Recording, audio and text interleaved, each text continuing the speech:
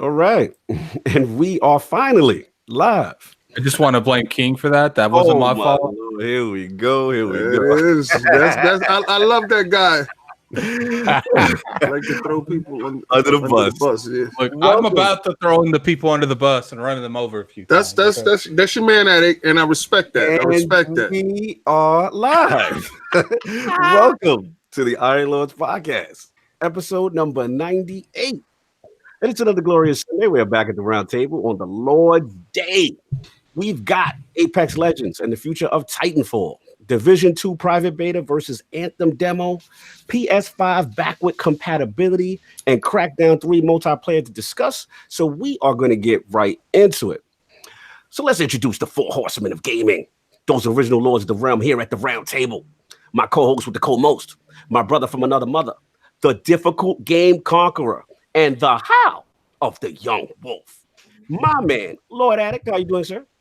Recovering from that, my Apex addictions. I need to go ahead and put myself in some kind of rehab facility for this because it's pretty bad. Me and Dizzy literally stayed up late. I had to play, like it was like 4 a.m. I had to be like, Dizzy, I gotta go to bed. I got ILP in the morning. I'm dumb. I gotta go. You know how I knew it was gonna get you, Addict? For the simple fact that it's like Overwatch. Yup. And I'm not gonna lie. I'm not gonna lie. The game is fire. The game is fire. We're gonna get to it. Definitely, man. That's pretty much it's been over. I mean, Apex Legends addiction. I literally haven't played. I mean, thank God this game came out when there was no games I had to review, because there would have been some games put on the back burner. It'd be like, no, that's you're gonna have to sit over there. I'll get to you when I get Blazer. Blazer. That's what's up. I'm already level like 25, 26. Wow, you're putting it in. Jesus. And of course, we have our most technical gaming lord, the solo gamer who lives for the single player selfish experience, and also the Sostradamus, Mr. Offline Profile Illuminati and Lord Patron of the Iron Bank, my man, Lord Sovereign. How you doing, sir? What's up, guys? Chilling, man. That was real the quick. Camera's off. That's what's up. That's what's up. You don't see the wave? You don't see the wave? What wave? What are you talking about? I don't know. I know you don't see anything right now. You don't know what we're talking about. Nah, you know what he does? Because he does the podcast with his eyes closed. I do it. You know how I do it, right? I lay in my bed and I put the mic over my head, so I'm Yeah. I got the crazy visual. I thought everyone did that. That's just me. Yo, I got it. I believe you though. I believe everything you just said. I hang the laptop from the ceiling. Actually, you don't know, but I actually have like a phone that's on speaker. Like I'm actually in my car right now. I believe you too. Oh my God. What you been playing? What you been playing, sir? So I actually played all the things you think I wouldn't play, right? I played Division. I played what? Yeah, I tried out Division. Get the hell out of here! Portable, dude. Portable. They don't got Division already. They got a game called Subtraction. Subtract the features. No, the Xbox and the PlayStation got the Division. The Switch has got the diversion. See, but I got my portable on. I upgraded my little laptop game, so I'm pushing a nice little 1060 on my laptop now. It is, baby. So when we get to PAX, I'll be playing Crackdown and Forza Horizon and all that hot stuff. That's right. I ain't gonna play none of that. Do you play any of that right now? Yeah, no, actually he do, because he don't be online. So you don't ever see him moving in the shadows. I just got it this week, so I'm just trying everything out. Wow, so you played the Division and all that? I enjoyed it. I mean, I enjoyed the beginning parts of the Division 1 and like everything else I fell off. But man, when I saw it, that game is pretty, man. Like the environments seemed, I don't know how you put it, like lived in. They don't seem like Division 1 felt like it was really kind of, a lot of the environments felt canned. Like this is Division 1 was like, ground zero, bro. Yeah. But I see what he's saying though, because Division 1 is always snowing at night. Right. They expanded, they just expanded like the look of it. Everything looks so much more beautiful. But Sabra, let me ask you a question though. Like when you see it, right, didn't it look exactly like what they showed at E3? It looks exactly the same. I mean, Yeah, when you unlike look at that Anthem though, right? You started with the Anthem slander early. Bang so bang. early in the intro, couldn't wait. Oh, like everything they showed you could do is for real though. So yeah, that's pretty much it. I didn't touch anything else. So once we get through intros, we're gonna get at this Patreon stuff. Yes, sir. Yeah, yeah. No, and of course, we have the Incredible Hulk of this, aka the Excess Gamer. Ooh. The Lord of Combat Sports, who is a man of his convictions, demands nothing less than that premium experience, and is the leader of the Fraud Alert movement. Ooh. Beloved Lord King, how you doing, sir? I'm doing actually horrible, man. If you can't tell, I've been crying all week. I lost my best friend. I wasn't even gonna talk about it. I wasn't even gonna make it a thing, because I'm not one of these sympathy mongers. I don't want a bunch of hey King, how you doing? None of that stuff. But been a horrible week. So with that said, though, it was like I was in a time warp because Apex dropped, and I'm like, I didn't even hear about this game being dropped, and it was like it felt surreal to me. So when I popped it on, I said, "Yo, yeah, this is that thing." So played that, and I ordered the Division because Cog hit me up as we was talking. And I picked up the premium edition package at 120 to get that. So as soon as I got that, they sent that key in the mail real quick. Yo, tomorrow, you can get on that beta. And I've been on the beta in the shadows playing that game so heavy. And being that I was in the shadows, I was playing with a lot of randoms. I probably got like 20 new friends off of that, meeting up, grouping up, doing things. And even though I did play it at E3 and got a chance to play it at FanFest, I knew exactly what we were getting. But to actually have it in my house so I can dissect it and see exactly what was different from part one, I really think that's how you do a thing. We're going to talk about that later, but no joke that Apex, the gun feel, I was like, yeah, they nailed it. So that's what I've been playing. I've been playing, Division and Apex back and forth. No doubt. That's what's up, man. Yeah, man. I hear you on that. Everybody's been rocking.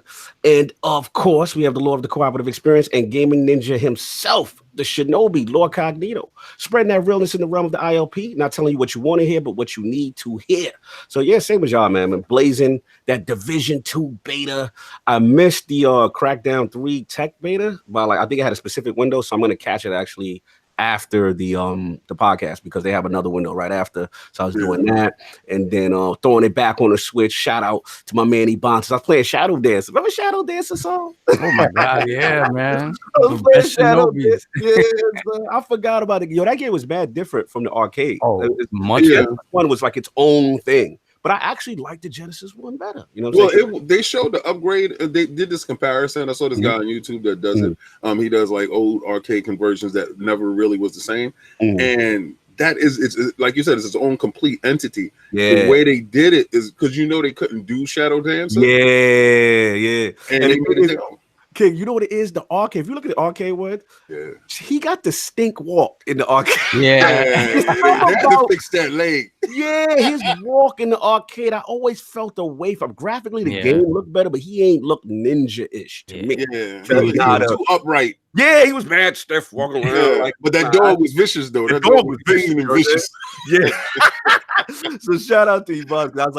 I had tweeted him. I was like, this ain't no cheetah, but it's like I got Ebontis with me. So you know what I'm saying? They rough up. When I jumped inside, the last word this week, and I saw the graphic. I don't know who did that graphic. I did a graphic guy. That was beautiful, bro. I thought I didn't like it. I thought you was you know why? Because it's not at all what you expect. It's not at all what you expect. But it's absolutely perfect. Whoa! Hold on. Shout out. Shout out to Lord Cat Daddy Fat Stacks. Oh wow! Damn, brother. $50 super chat. Losing a loved one is hard, but those great memories will let your friend live on. True indeed, brother.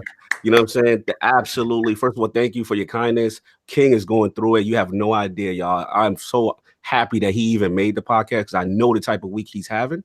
And for you guys to even give your condolences to his friend and our friend, it really means a lot. Thank you so much. That was dope. Thank you.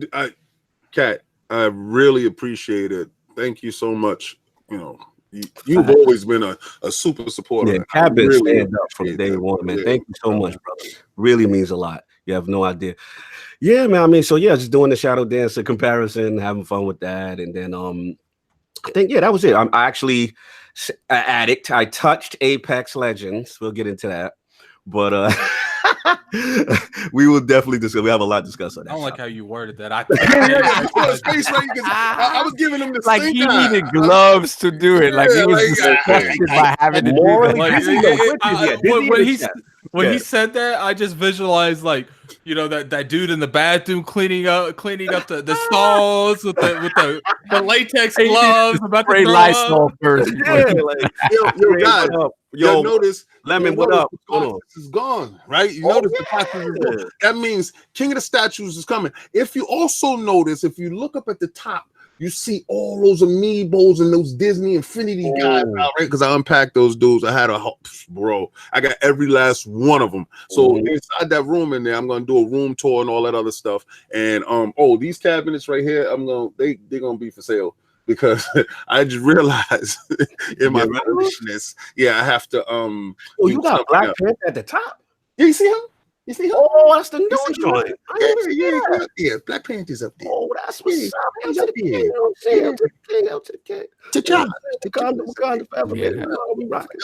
That Lobo looks crazy though. That Lobo looked lit. Yo, bro. Oh, King of Statues, man. We got to get that, bro. Yeah, it's trust me. It's a 4K 60 frames per second experience, but it's dual camera.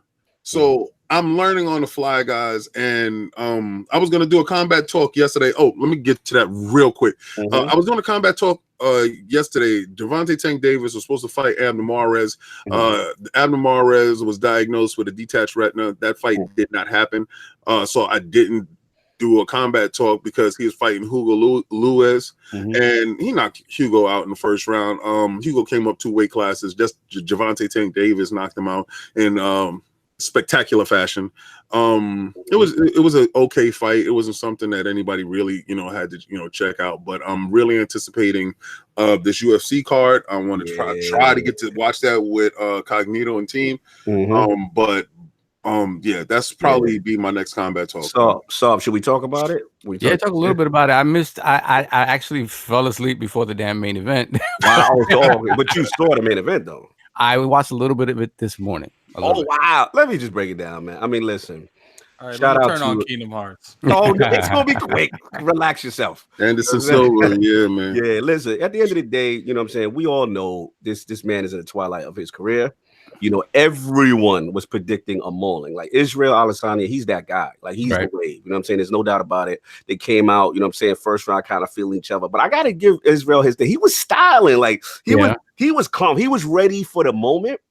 And like in the beginning, I'm like, all right, he caught Anderson one time, and the chin, when you older, the chin a little chin is suspect. Yeah. So I was like, and I was like, they don't look good. They don't look good. But then the second round saw. Yeah. Yo.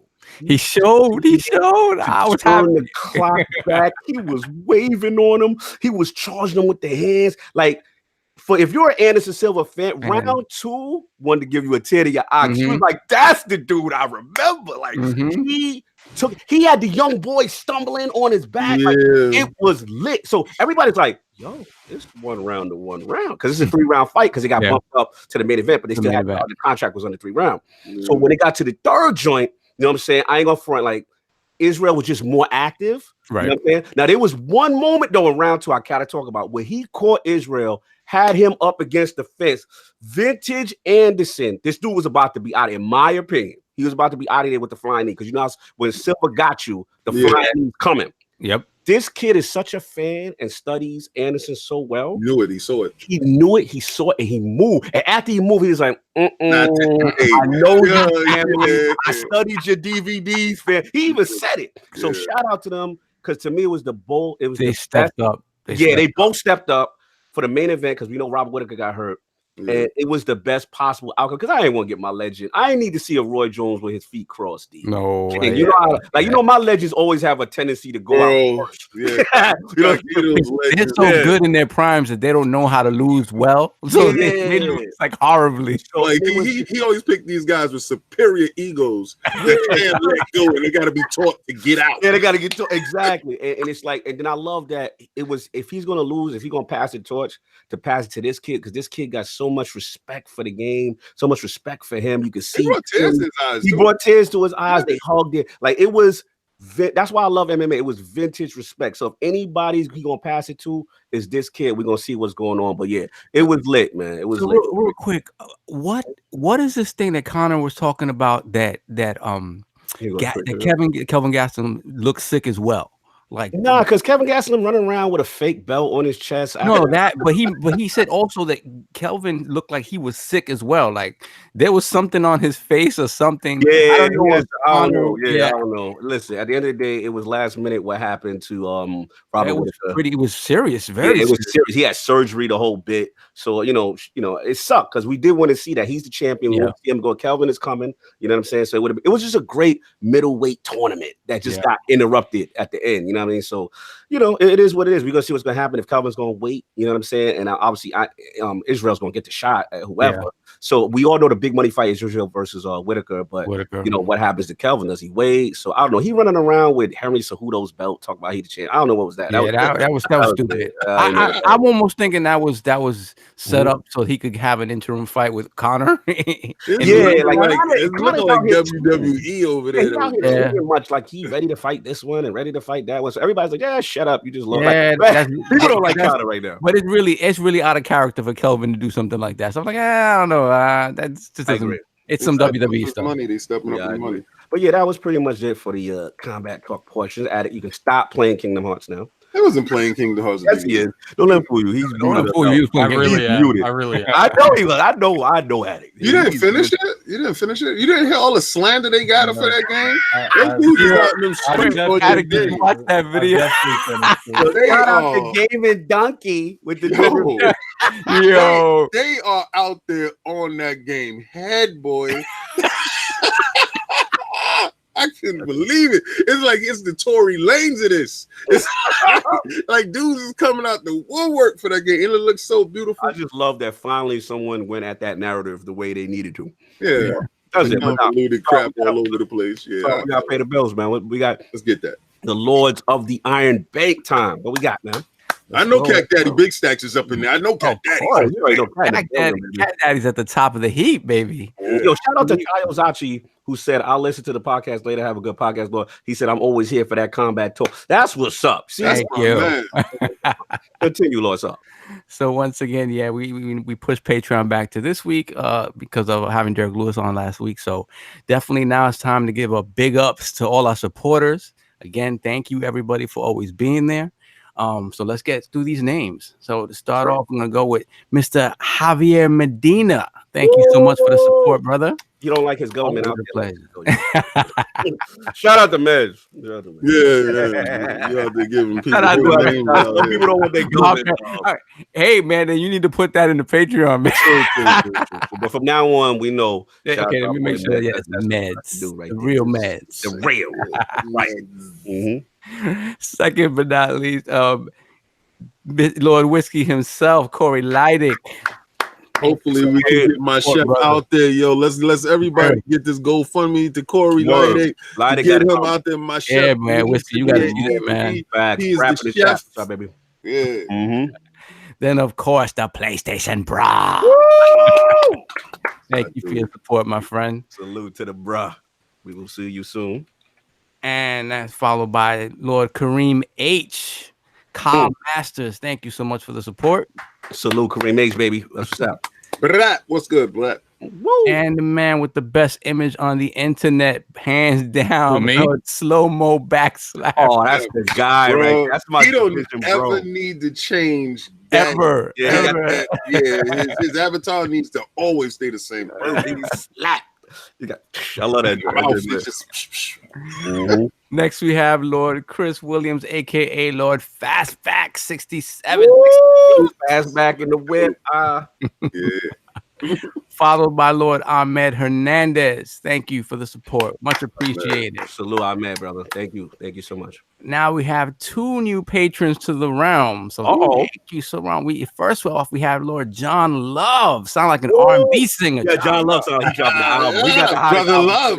You gotta call him Brother Love. I love you. That's a good invitation song. That's actually really good.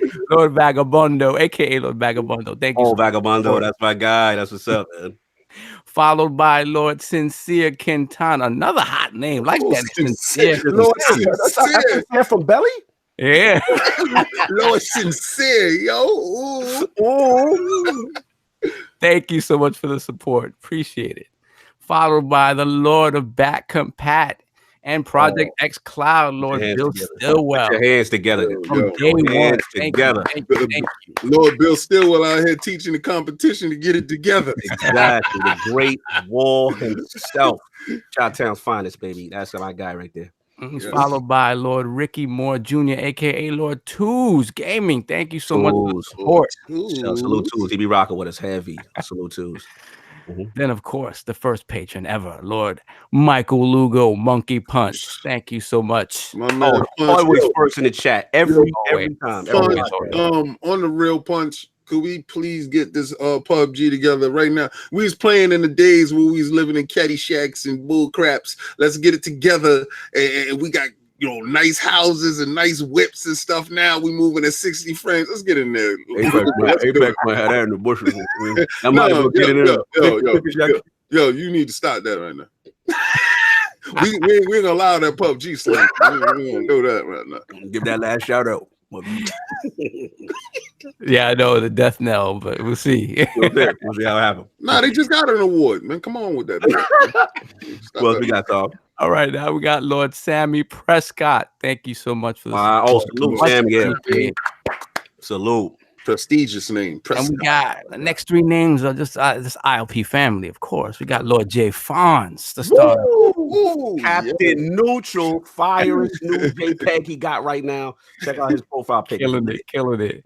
And of course, if you want anything and everything to do with Division 2, check out the king of the stream team, Lord Snaldo. Yes, sir. Snaldo was in there all weekend long. And he's going to be streaming after ILP. So if anybody haven't seen Division 2 yet, please get in there. He's going hard on Division. He's going hard. He's streaming on the ILP Twitch channel. So salute to Lord PD. And he's followed by family from Cradle to the Grave, Lord Cole M. Bird, aka Lord Loaded Pixels. Colbera, family, baby. Day one, baby. Since third grade. You already know. Yeah, right. He always there. Yeah. And then, of course, our brother from across the pond, Lord Death Singer himself. Woo! Death. Right now, me and Death is at odds. He's on that Anthem wave. He's out there pushing that hot trash. He out there pushing that hot trash. He put the tweet out with the Colossus. Yeah, you saw that? You had to let him know, man. Stop pushing that garbage in the street. Man. Get that out of here. Get my man on PUBG. We need to go to PUBG. Death. That's right. Death. Even Death know that PUBG need to get out there. Word. So, and of course, last but not least, Lord Cat Daddy Fat Stack. My man. Always repping. The Lord has every colorway ever imagined. That picture he put up was epic with the car. Yeah, yes, sir. And we got to give Cat Daddy. He's the leader of Getting Addict to get that Dream Daddy movement, and that's coming soon. We ain't forget. We ain't forget that. That's the big production. Addict PC on deck. It's going down. Cat Daddy, that Division 2 for sure, man. Day one when it pop. Let's do it. No doubt. All right, so let's get into these giveaways really quickly. Let's give it away, man. All right, so let's start off with this $10 gift card giveaway. Give it away. Amen. We need that. We need to have a little DJ. We need a DJ up there. Go be holla at graphic. Yeah, we need transition music for all of these things. Word. We got to holla at graphic. New iLords DJ. That thing already said it's rigged. Let's go. Jay Fonzarelli. So the winner of the $10 gift card giveaway is Lord Bill Stillwell. First time ever. Like, obviously an industry person like Bill Stillwell, like oftentimes you would expect him like whatever to pay it forward or whatever the case may be, but it's never come up. He's never won. So we have Bill Stillwell. So Congratulations, sir. Especially today. He definitely needs to get it today because these dudes out here need to learn who's the originator of that BC. You know what I'm saying? So let everybody understand who's out here really with that movement. The legend, the Great Wall. We will be reaching out shortly, sir. All right. Now on to the $20 gift card giveaway. And the winner of the $20 gift card is Lord Death Singer. Oh, that was not rigged. Yo. So listen, Jeff, what you do is take that $20 and go buy a real game, get that division pop. Get that pre-order. Let's get that pre-order up, man. Get off that Anthem wave. Throw that in the bushes, bro. Oh, yeah. Like, whoop, he's gonna take that and buy that $20 skin that's on it. Whooping. Look at him. You don't see the Rick comments no more when dudes be winning. $20 skin for the helmet. ILP. So you just make sure you give me my cut, Death. You know how it goes. All right. Last but not least, the Teespring giveaway. Who want that swag? Who want that swag? Who want that drip? Who want that drip? See that drip? Look at this drip. Who want that drip? So the winner of the Teespring giveaway for February 2019 is Lord Snaldo. He gonna re-roll. Yeah, I already know. So we'll speak. He's gonna re-roll. No, King has been shaming him. King is shaming him for changing his shirt. So I don't know. Nah, I don't want him to re-roll nothing. Get that shirt. Get that shirt. How you gonna do Get it that like shirt? this? No, I'm tired of it, man. Come on, man. That's my you trying to say you tired of the red shirt on stream? Bruh. Like, bruh. Like every time with the red shirt. Come on, man. Like we only send you one color. Stop that, man. I had thinking, every time y'all see me, I got on a different color. My man got this. And y'all be like, why you treating your man like the redheaded stepchild? I'm like, that's not how it goes, man. No. Hey, man, maybe his favorite color is just red. That's nice. You gotta have to change it up. I got red, my favorite color. I can't wear it every time. Shout out to Lord P. Let us know what you want to do, Lord P. You want to get that shirt. It ain't what you want to do, is what you're going to do. It's what you're going to do. We should what you want to hear, but what you need to hear. Hey, what you do is you go in and accept that, Snaldo, and you get some socks. Just put that. You put on those socks. You could always get those leggings. The leggings. Yeah. Who said that? We were saying that he was gonna get the leggings last time, right? So we got something. That's it for Patreon this month. Once again, thank you guys for the support. We appreciate it like you have no idea, man. It's always great to have, especially getting new people in. That's our goal, man. Just to keep giving you content that you want to see. So thank you. Absolutely, salute. Yeah. Yo, we got ILP champagne though. ILP branded champagne. Yeah, we got ILP. Oh, you don't know? Oh, wait, no, put us on. Oh, I've seen it. Yeah, okay, yeah. Oh, I got champagne. Let's see, but it costs $500 a bottle. Now, I'm gonna let you know, like it's really premium. Like that's that 4th of July super occasion. You turning 50 years old or some type of birthday. And what he's failing to tell you, it's like 600 alcohol percentage. So don't die. You will drink it and you will turn into Lord Fireball. Oh yeah, we all know. We don't need you to have a Lord Fireball situation, but it's very mellow. He want pop bottles where he get it. Yeah, man, you know how I do. You buy 2 of those right there. That's a G stack. You in there. That's all we got. Let's get into this poll. Last week's poll results are in, and the people have spoken in regards to the recent controversy regarding Metro Exodus, moved from Steam and now to the Epic storefront. Do you consider this latest exclusive deal by Epic just another competitive move? The winner with 39% of the 3-way vote was the yes. Devs make more money and consumer gets game for cheaper group. Coming in at a razor close second place at 36% was the PC gamers are finally getting a taste of that console war smoke group. And coming in at last place at 25% of the vote was no, they are just buying, meaning Epic, third-party timed exclusives, anti-consumer group. Thanks to all the lords who voted on last week's ILP poll segment. Lord Addict, what do you think about this? I can't. We're on ILP. I can't give my opinions on this because I am not able to talk about this subject on this podcast. Without cursing, without how you really feel. Okay, so I'm gonna plead the fifth. Well, I'll tell you how I feel about it. Okay. Let me tell you something. I think it's genius. I think you strike while the iron is hot. I think you go in while you got the hot game. Right now, Apex is showing you they're about to yank that rug from under your feet, so you better eat while you can, brother. Get everybody you can get onto your team right now because y'all running out of steam. No pun intended. Let's do it. Good. I like that one. I like that. I'll see how you flip that. How you feel about that, Saul? What you feeling? Stop whining, stop crying, and go download the damn Epic launch. But Saul, the quality is not up to snuff. Once the game, I don't care if it takes 2 days to download the game. Once it's downloaded, it's downloaded. Play the game. That's it. Back though. I gotta be honest. Like yesterday, I was downloading cross-buy games from the Xbox store. Xbox store is just it doesn't download nearly as fast as it does on Steam. But once it was downloaded, that's that. Myself from Iron Lords podcast, I approved that message. Oh, yo, we got 54 watching. Yes, we got 27 likes. Let's get those likes up. Let's go do that. Y'all like that wordplay? Let's go do it. He out here spitting with Ace of Spades bottles and spitting verse. You know what I'm saying? So let's get these topics, Lord. We got a lot to discuss, big show. So we're going to start off with Apex Legends. So we're going to break this up in two parts. We want to talk about first the announcement, our thoughts of the game itself. And then the second part, which we'll save, will be the actual future of the Titanfall franchise. So let's start off with just Apex Legends, the announcements.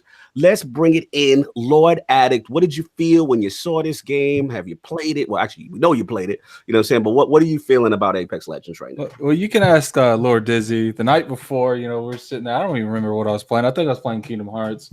But so I'm sitting here grinding because I'm trying to get, ready for content drops on Kingdom Hearts. And I'm talking to Lord Dizzy.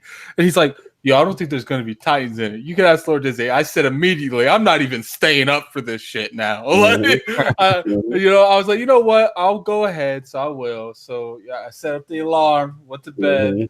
I went into that with first off, they did some sly stuff. They're like, we have a trailer that's going to be a teaser, and then we're going to have the actual reveal at 12.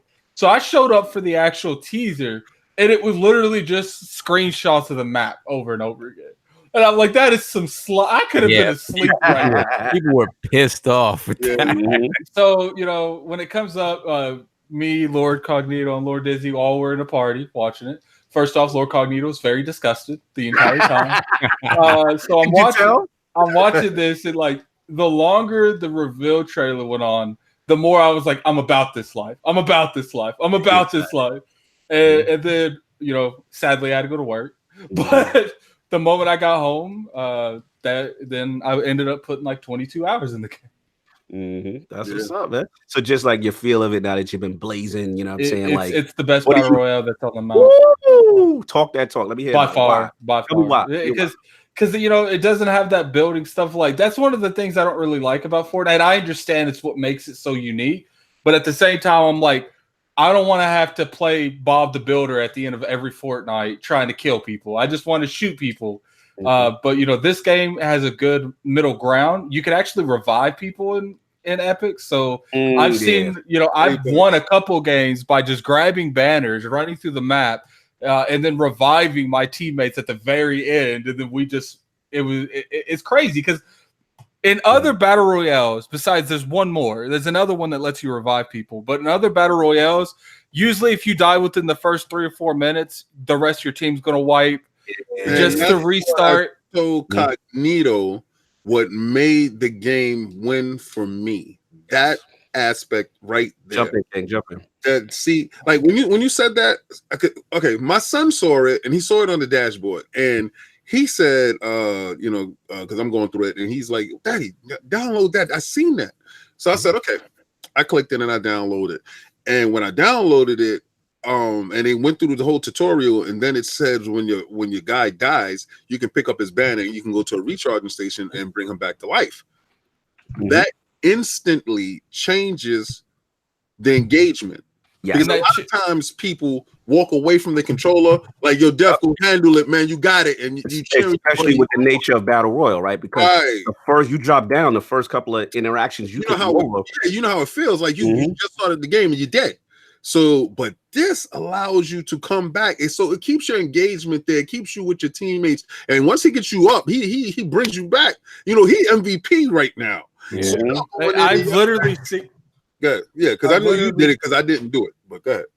I've literally seen the end of a game happen, and the only reason they won is because of a well put in revive. Like at the when it comes to like PUBG and stuff, when you get into situations where like one or two people die, like it's just pretty much like I'm gonna stand my ground until I die or they die. Right.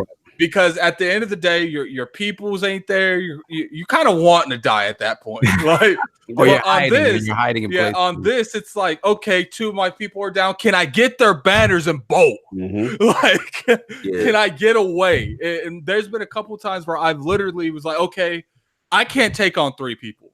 So I do some ninja stuff, grab my teammates' banners, and just run away. Like, get them back, fight another day, and I'll meet those same people. I've literally lost battles to people at the beginning, got my people back up, and then beat them to win the game at the end.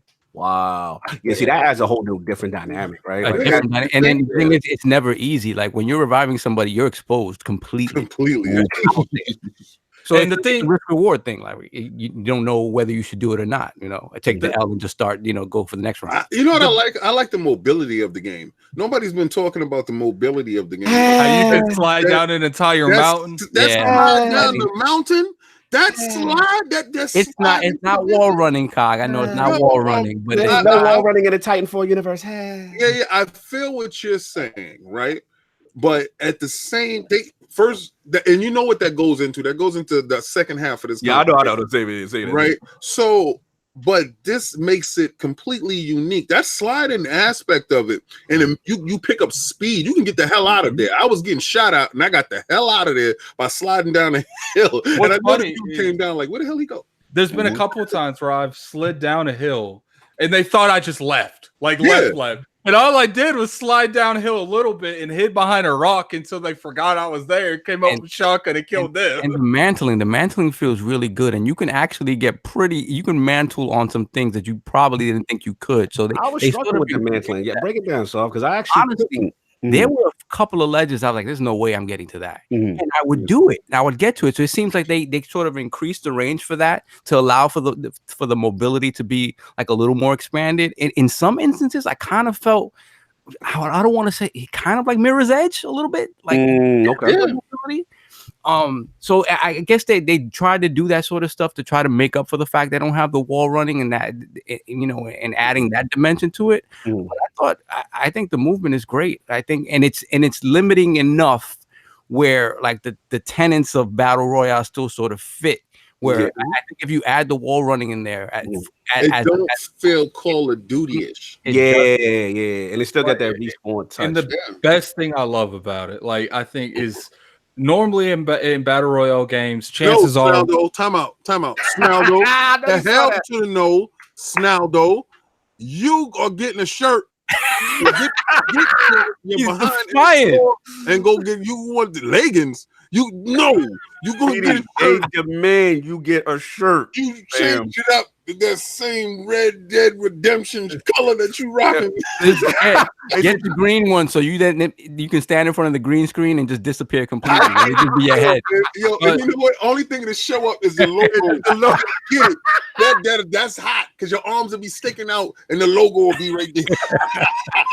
The thing I love the most about this game is in other battle royales, like when you get to like the last like 20 people, you'll have a squad that has 3 people, a squad that has 2. You rarely get to a point where everyone's still there. And this game, it's like you always know there's going to be 3. Like almost every encounter, you kill 2, and you're like, okay, where's the third? Where's the third? Look around, where's the third? Like you actually prefer that because you said I don't want to tweet. You don't want solos. I don't want solos or duos. I just don't because in PUBG, where solos and duos can be in quads and stuff, you always had that part where you don't know how many people's there. Yeah, that unknown variable is aggravating. But in here, when you come across somebody and across a group, you know it's 3. Yeah, because where they added that aspect, chances are if you didn't pick up someone's, there's very few scenarios where you don't get their banner. So there's always going to be sets of 3. I've had a couple of times where I couldn't get the banner because the fight lasted long enough because the banner only stays there for a certain amount of time. But 9 times out of 10, if you didn't get the banner, you died with them. You know what I like? I like the jump boss thing. Like, I'm the boss, we jumping. And then a dude can do the death singer and be like, I'm breaking off. Like, I'm breaking off. I don't trust that's you. The sinister. That's the sinister right there. I'm going to the bushes. Like, so I love that aspect of it. Like, you control the jump squad. Shout out to Daddy Fat Stacks. I don't think that they're going to imply a pay to win aspect in this because it's Respawn. Respawn's very anti all that shit. Like, what they says the banner stays there for 90 seconds. Yeah, 90 seconds. That's enough time to get stuff. Like, if it's like I said, 9 times out of 10, if you don't get that banner, the whole team died. Right? Yeah. All right. So you get to the last, 3 or 4 squads, like there's a good chance. But what about that art direction though? Like, it's so many aspects that I just hear you talking. See, first it's like it's a marriage. Yeah. The marriage has been. And this is what the mobility. I love the decoy, dude. Mirage. Decoy. That art direction and that gunplay. But the art direction is not getting enough praise because in this day and age where you have such personalities and characters, they got it right. They did their research. They looked at Overwatch. They looked at Paddlings, and then they said, you know what? We need to have some type of charisma to the characters. So they did a phenomenal job there. Yes. And they got their superpower. It's really good. And the thing is, what they didn't do that Overwatch does is that Overwatch specific characters have specific counters for other characters. That's not the case here. Here, each one has their own sort of power, and you can use it to your advantage depending on your situation. But it never feels like you have only one way out of a situation. I like the tracker. My joint is that tracker. Yeah, I like the tracker, dude. Just with the bird, right? With the bird. Yeah. I like the funny thing about this game is running is always an option. The portal gets you up out of there, though. She'd be like, come on, squad, I'm dropping the portal.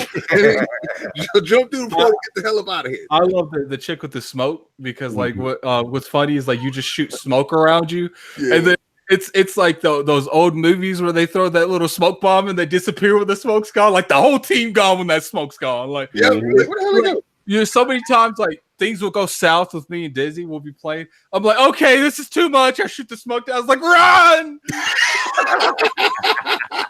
So some of your overall things on it, man. You with it? Honestly, again, like I always fall off of this type of game, but I was really impressed when it's a very complete product, which you don't necessarily expect from battle royals today. I mean, like PUBG still getting fixed. Like, it sort of takes the Fortnite model and eliminates what I personally don't like about Fortnite, which is the building. This is for the hardcore. This is Fortnite for hardcore. It walks that line, that cartoony line where it's stylized in terms of art style, but it's not straight up cartoony like Fortnite.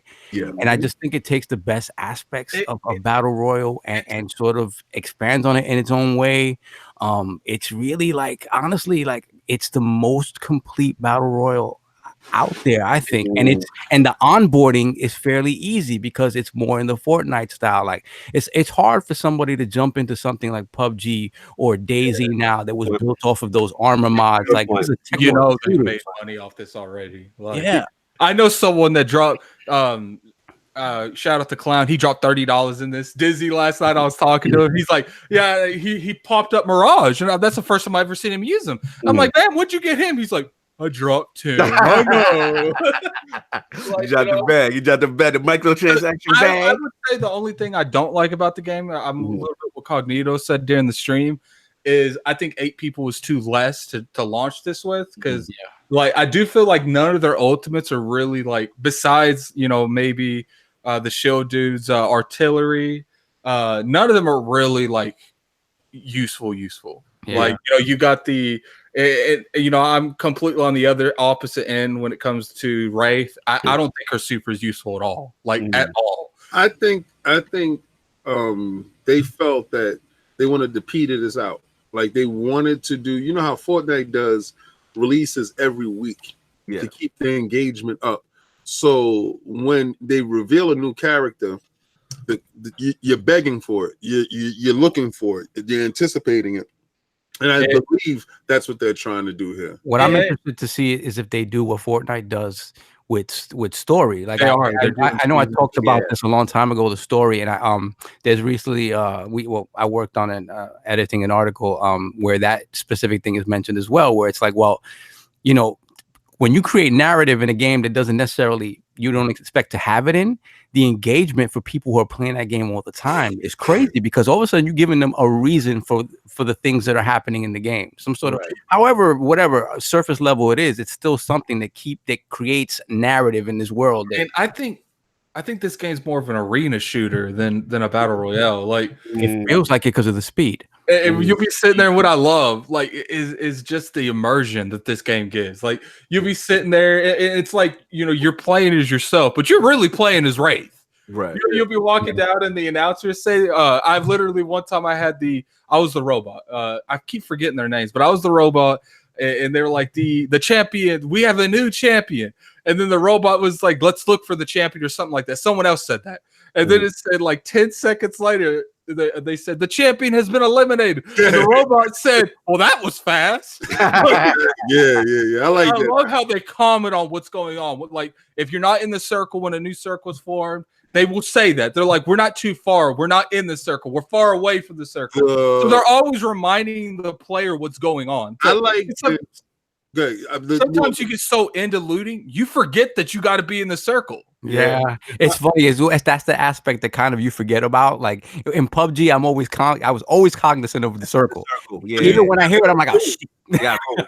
You terrified of that blue, and that blue really gets you. To be honest with you, man, like I don't think it's a Fortnite killer.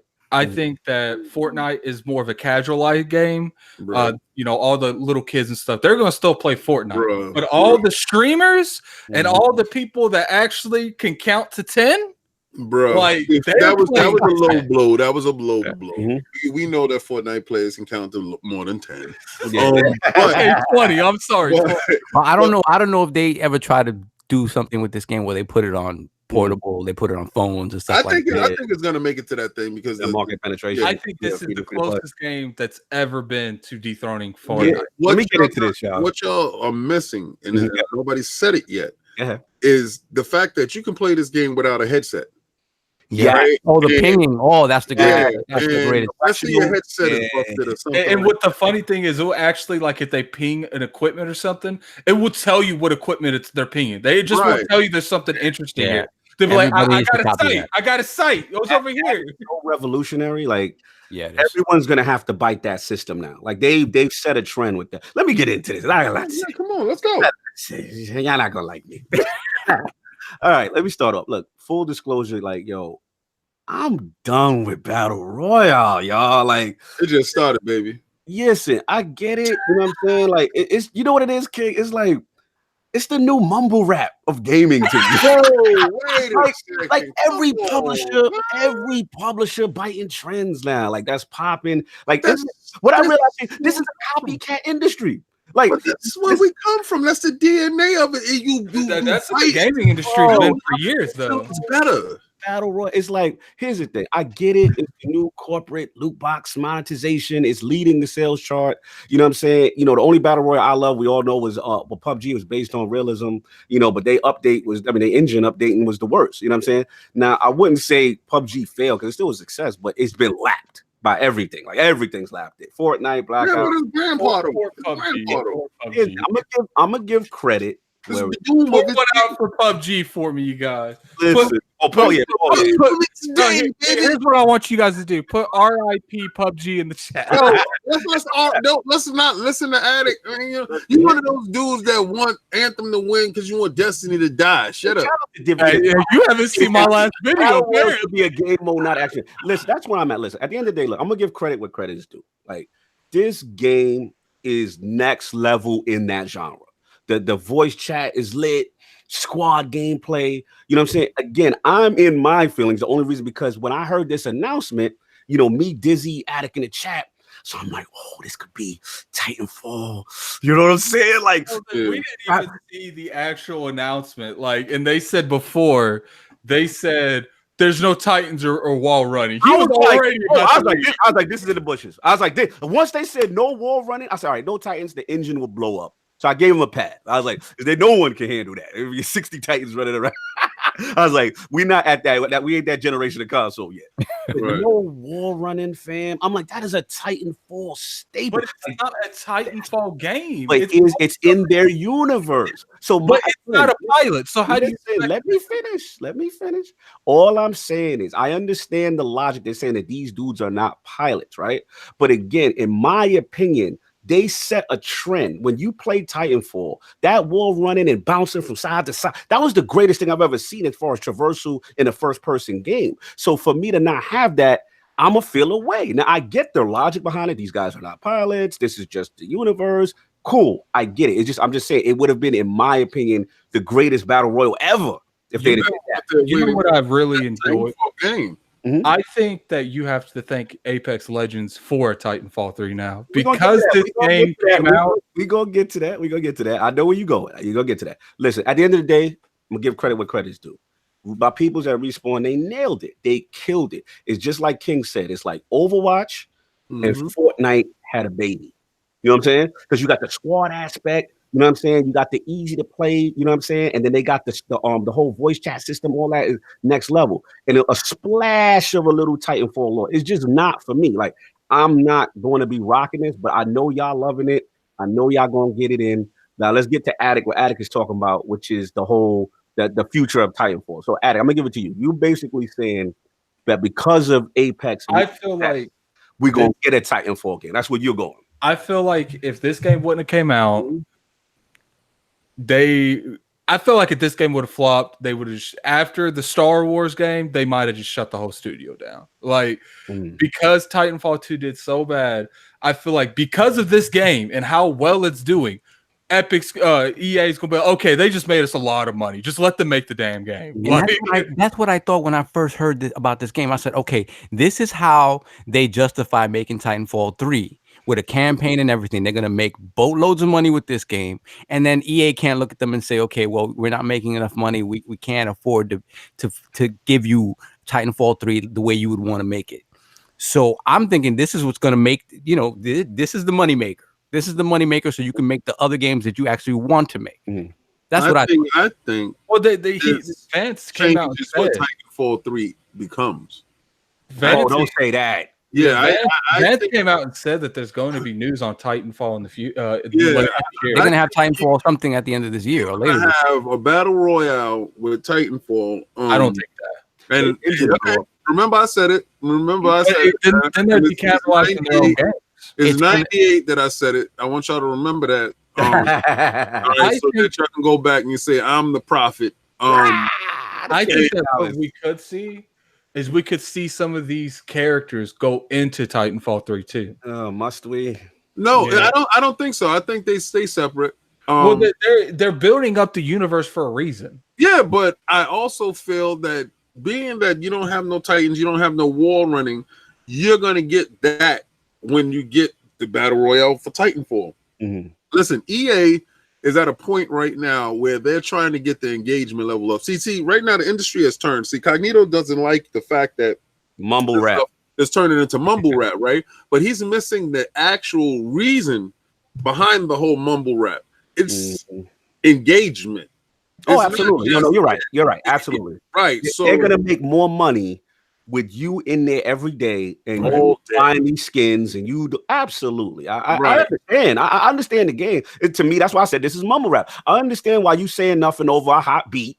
You know what I'm saying? That everybody's doing it. I understand why. I still don't mean I like it. You know what I'm saying? It's, you know what I'm saying? I like bars. Yeah, but see, you're gonna get those bars with the and I think you're missing it, right? Because they're spitting them lyrics in this game. When you pick up the gun, see, my whole thing was, what is gonna feel like? Because I played the Call of Duty, and it was duty, right? So I was just like, the guns didn't feel right. It felt like Call of Duty. It felt like light. The guns felt light. It didn't have that gravitas to it.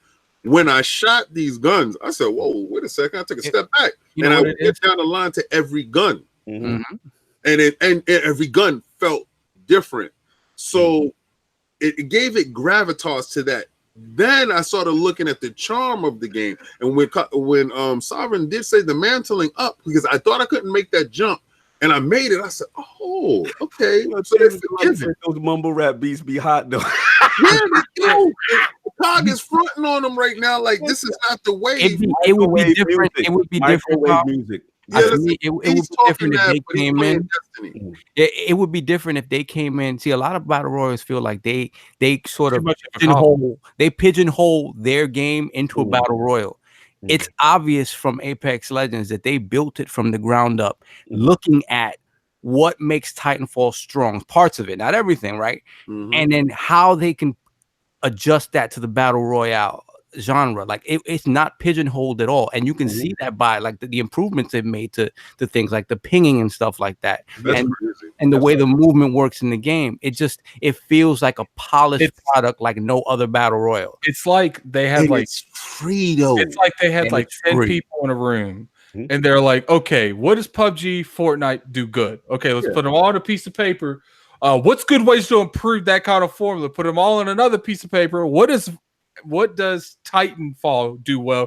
Put all that in a piece of paper. It's like, now let's put all three of the papers together. No, anybody gonna do it. Didn't it feel like when you downloaded this free game, like you was looking around like you stole something? Like you got away from it. Right. And then when you downloaded Anthem, you look like this thing. Let's see that. Say that. It was reversed though. I think it was reversed. I think you need to pay for Apex and get that joint for free. I'm still very on my. I believe that they dropped Apex to get all that heat that was. Yeah, they was getting bombarded with the bad news. I mean, but again, they couldn't plan for that, right? The game had to be ready. If it wasn't ready, it would still be. This is sudden. Like, let's talk about that. Let's talk about that, because that's my issue. Me and Kai Batu been going at it. Me and Dizzy been going at everybody. Y'all blew my phone yesterday. Y'all was phone yesterday. Listen, here's the thing. Get a room. Let's talk some controversy. Let's talk about that. My beloved Titanfall. Rest in peace. You know what I'm saying? But I don't rest in peace. But and some Jason Schrier reporting, because Monday the 4th? That's when we got Apex Legends was first announced at the press event, right? So then your boy, the producer from Respawn, came out. He told Eurogamer, he said, the world thinks we're making Titanfall, and we're not. This is what we're making. So it's like, we're going to try and convince a skeptical audience. So that's why they kind of like stealth dropped it. You know what I'm saying? So this way, there's no marketing plan. You just jump in and let them play. I respect that. You know what I'm saying? So people don't get a chance to like tear it apart. Because let's be honest, once people hear EA, it's a tendency to try to go in.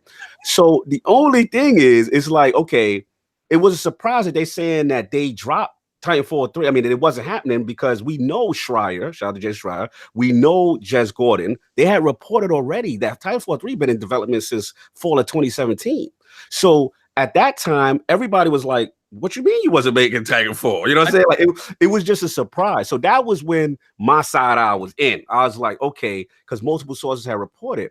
So then coming out saying it ain't make no sense to me. So all right, cool. And regardless of how you feel, Jason Schrier be on point with his reporting. You know what I'm saying? So then we fast forward now, was it Tuesday, February 5th? And then we got the EA earnings call, right? And all of a sudden, narrative switches. My boy Vincent Pella come out. He make a tweet. Apex was all our idea. This had nothing to do with EA. You know what I'm saying? And then I'm like, all right. And then he shouts out. And then, I want to shout out Game Informer. Because again, on that same earnings call, your boy, what's our boy that we met, Attic, Andrew Wilson from the CEO of EA at when we met him at the EA Play. He comes out and he's like, "Oh no, there's gonna be one more Titanfall game coming out this year, and it's not a traditional Titanfall game." And all of a sudden, and then it's like, it's gonna be a premium game launched this year, new twist on the Titanfall universe, more to come later. So again, King, all this, what we used to call it, the Quana. This the Quana. So here's the thing. All this sounds suspect to me, and this is why. Like, there's no doubt in my mind, this confirmed by many legal, shout out to Hogue, many financial gaming experts, that the timing of this release is another example of EA trying to force this in conjunction with their fiscal calendar year. You know what I'm saying? Because right at the earnings call, here come the release date. You know what I'm saying? So it's just like last time to me. Like they stacking, like the same way they stack Battlefield and Titanfall 2, they stacking again. Now, I get it from a financial. I know what you're gonna say. They choke their own games out. Yeah, I get it. The short-term financial gain, because you want to put it in your fiscal year, I get it. You're gonna make that bread. But we seeing what happened to Titanfall long term. You know what I'm saying? So to me, it's just a bad move. Okay, King. I mean, one more last point, so because I've got to get this off. Like, here's the thing. My final point. So, like, it's a huge mistake to launch Apex this close to Anthem. Apex is a monster right now. They got 10 million 3 days. Tell you something. I think they just gave 10 million reasons not to buy. 10 million people. Listen, let me tell you something. Yeah, because I got a lot to say. I got more to say on this. The Anthem thing is, and I'm gonna have to hit this on you guys out there. You guys out there that's sitting there talking about is the hottest, greatest, most sliced bread crap. It's a lot of you guys out there yelling that stuff from the rooftops. And I'm thinking it's coming from a different place. I'm thinking it's coming from a place of Destiny is too far ahead for you, so you can't jump aside Destiny to get that done. And or you felt soured or you felt turned off by something. And I think the intentions is wrong, right? So they see it. And this is going to go into demo versus demo, but they saw the reaction of it. Is it too volatile of a reaction? So when you're looking at Apex being dropped, Apex is being dropped to put that fire out because they knew that is a negative fire. You stupid.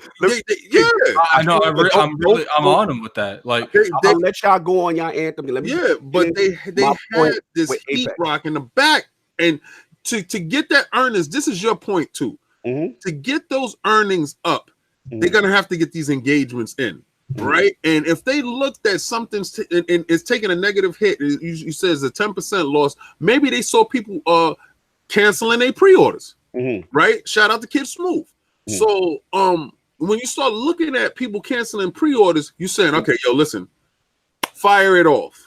They fire off Apex without no marketing, without anything, and it hits, and it's a smash. It's a smash. I think that what happened, obviously I will never know this, but I think they're like, okay, like we're getting destroyed in the media right now. None of the beta was a disaster, regardless how you want to put it, regardless of the gameplay. Some people wouldn't even get to play the closed one. I feel like they're like, what can we do to make the conversation not about Anthem? Is Apex ready? All right, they could say that. They could say if Apex is ready. But the thing is, we got to admit, like, this Apex been in development. It just can't just pop up the game. You know what I'm saying? I don't know. Let me just finish my point. It could have been done months ago, and they were just waiting for Anthem to be done. Yeah, but they probably put the premium game in front of the audience, and they was betting heavy on this premium game. Everybody, look, it worked. Have we heard about Anthem since this came out? No. But here's my point. Exactly. Like, once Digital Foundry did that thing on them, you know how Digital Foundry is molding the just generation. Right. Absolutely. Here's the thing. Apex is a monster right now. 10 million users in 3 days. Like, the success even got, Fortnite a little shook. You know what I'm saying? Because they pulling up. But here's the thing. Like, regardless of my feeling about not liking a game or free to play or whatever, it's a phenomenon. It doesn't bode well for Anthem releasing in 2 weeks on the 22nd. I'm not saying. I don't think it was boding well for Anthem being released in 2 weeks. Look, I'm not saying Anthem gonna flop like Titanfall 2. You know what I'm saying? But it definitely had the potential. This thing had the potential to be something big as Fortnite. And then here's the thing that everybody forgetting. You know what I'm saying? Like, yo, the elephant in the room.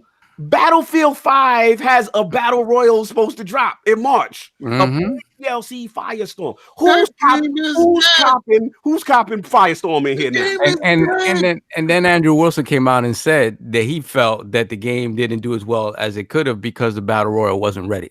Exactly. I feel like this is they just threw Battlefield in the bushes. Like they just crapped on their own release window. They put it too close to Anthem.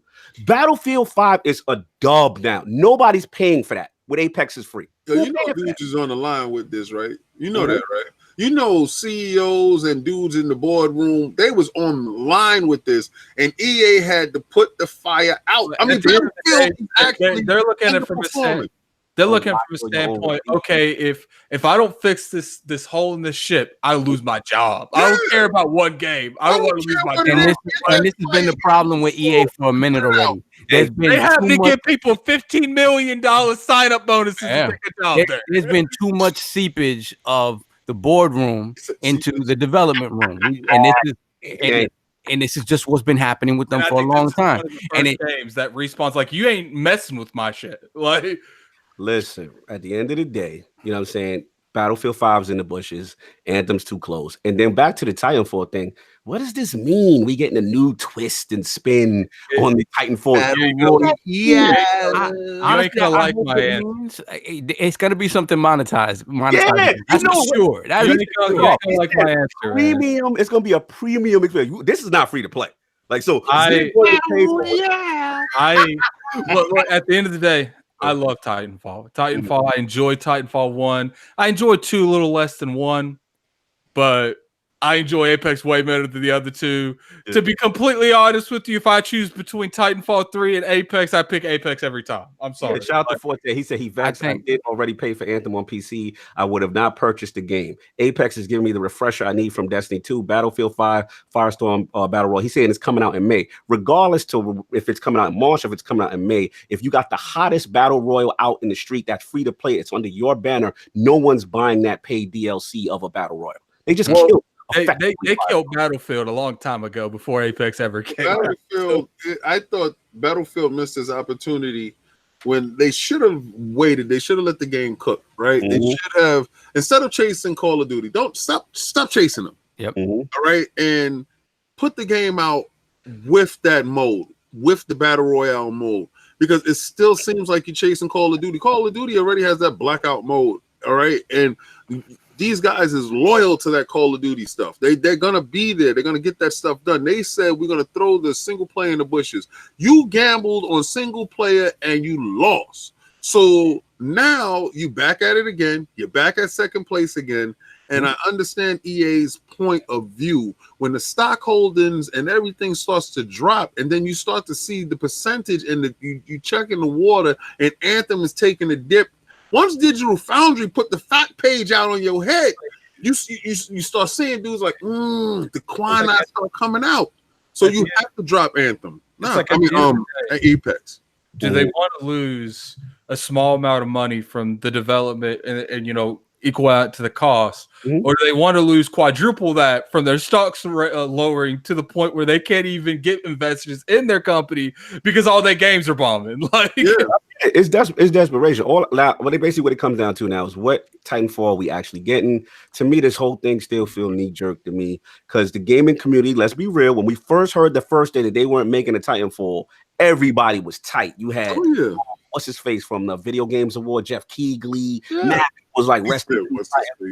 Yeah, like a lot of people. So after playing it, I don't care anymore. I think at some point we get a Titanfall with a single player campaign and with a really robust multiplayer. At some point, I'm not mad that we're not getting it now. Like if we were to get a Titanfall now, we're talking about 3 games in the span of one generation. But they said it. They've given us time. Super chat. Hold on, we got a super chat. We got to stop. Shout out to Rand L. Oh man, wow! With the super chat, $23 supporting the mission of Iron Lords. Thrive. Hashtag greatness.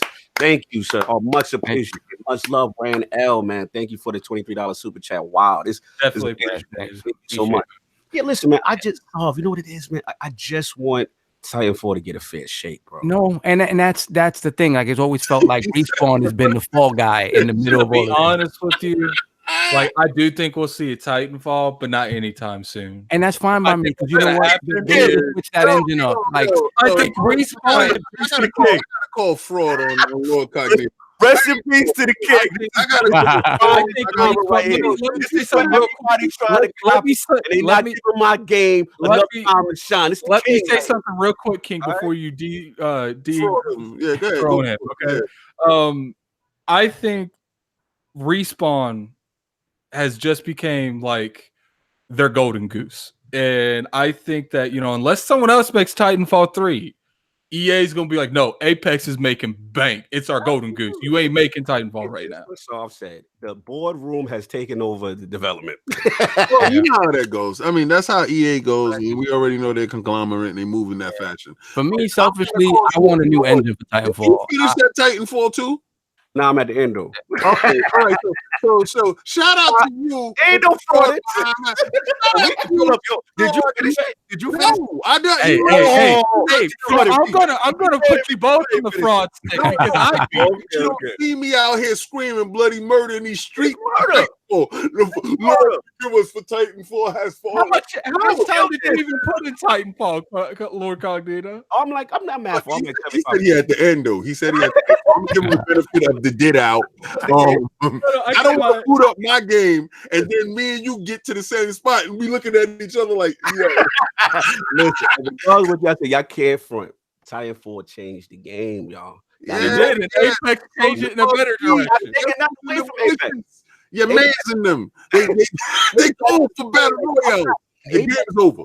Battle Royale time. What I'm saying is just don't put my game out with a bad release schedule again. Don't put it next to Call of Duty. Don't put it next to Battlefield. Give my if you're gonna put it out, on like next generation.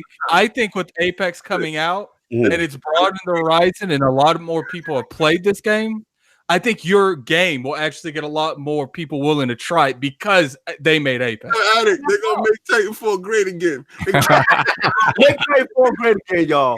Put it in Battle Royale mode. Make Titanfall so great, LordCognito finishes the campaign. Exactly. It's not gonna be no campaign. It's just gonna be Battle Royale mode. Shout out the game take all the time you want with Titanfall. I want campaign he's ever played. Salute, my man. It's amazing. It's amazing single player campaign. Look, I don't see any reason why they're not using Frostbite. They need to use Frostbite. Its source engine has not been updated in I don't know how long. It looks damn good. It does. Give me Frostbite. Damn good. Listen, to hell with that Frostbite, because you know what? The Frostbite, I think a lot of developers have Frostbite engine feel like paper mache sometimes. Like a lot of stuff don't feel real. Like when you're looking at things that don't look, their money looking funny in the light. You understand what I'm saying? Like, they look shiny. They look a little shiny. That's true. Not looking good out there. Carried over not at all. Titanfall to Apex is like when you get killed, chances are it was your stupidity, not the game itself. Like when I get killed, I'm like, yo, I missed those couple shots. That's on me. It wasn't that like because the one thing that we didn't really, give props to when it comes to Apex is the game runs like it's one of the best running battle royale on the market. Listen, so let's Respawn put their name on something. Those are my peoples. 5 mics in the source. Yeah, absolutely. I'm not hating. Listen, I understand what y'all talking about. Definitely hating. No, I'm just hating on I'm not hating on that game to not be successful. That's all. No, please. Yo, you almost didn't even watch the reveal trailer. I didn't want to hear none of this. Bro, I went to go cry in the car. I'm gonna cry in the car right now because they done killed my game. I told you that. Listen, he don't want to hear nothing you talking about. All right, because the game that he was looking forward is in the bushes for right now. He said, and it's a direct culprit, is a person that he could point the finger at, and he like that dude did it, and he's hot. He don't like the balls. Here's the thing. Kick, that's like they take your favorite joint, right? Yeah. And then they throw it in the bushes and put 2 genres of games you despise. But it's not a bushes game. How I feel about phenomenal, right? Y'all know how I like. That's the problem, Addict. If it would have came out and flopped, he could have said, "See, I'd have been like, Titanfall," but he can't. He got to hold it. He's upset. Like that's what it is. He's like, "Look, man, this game's successful, and I can't say you should have made Titanfall." Yo, listen, Addict, listen. This game is gonna directly change Titanfall. It better not. Oh, Battle Royale. Out there with the tiki torch. I'll be the tiki torch dude.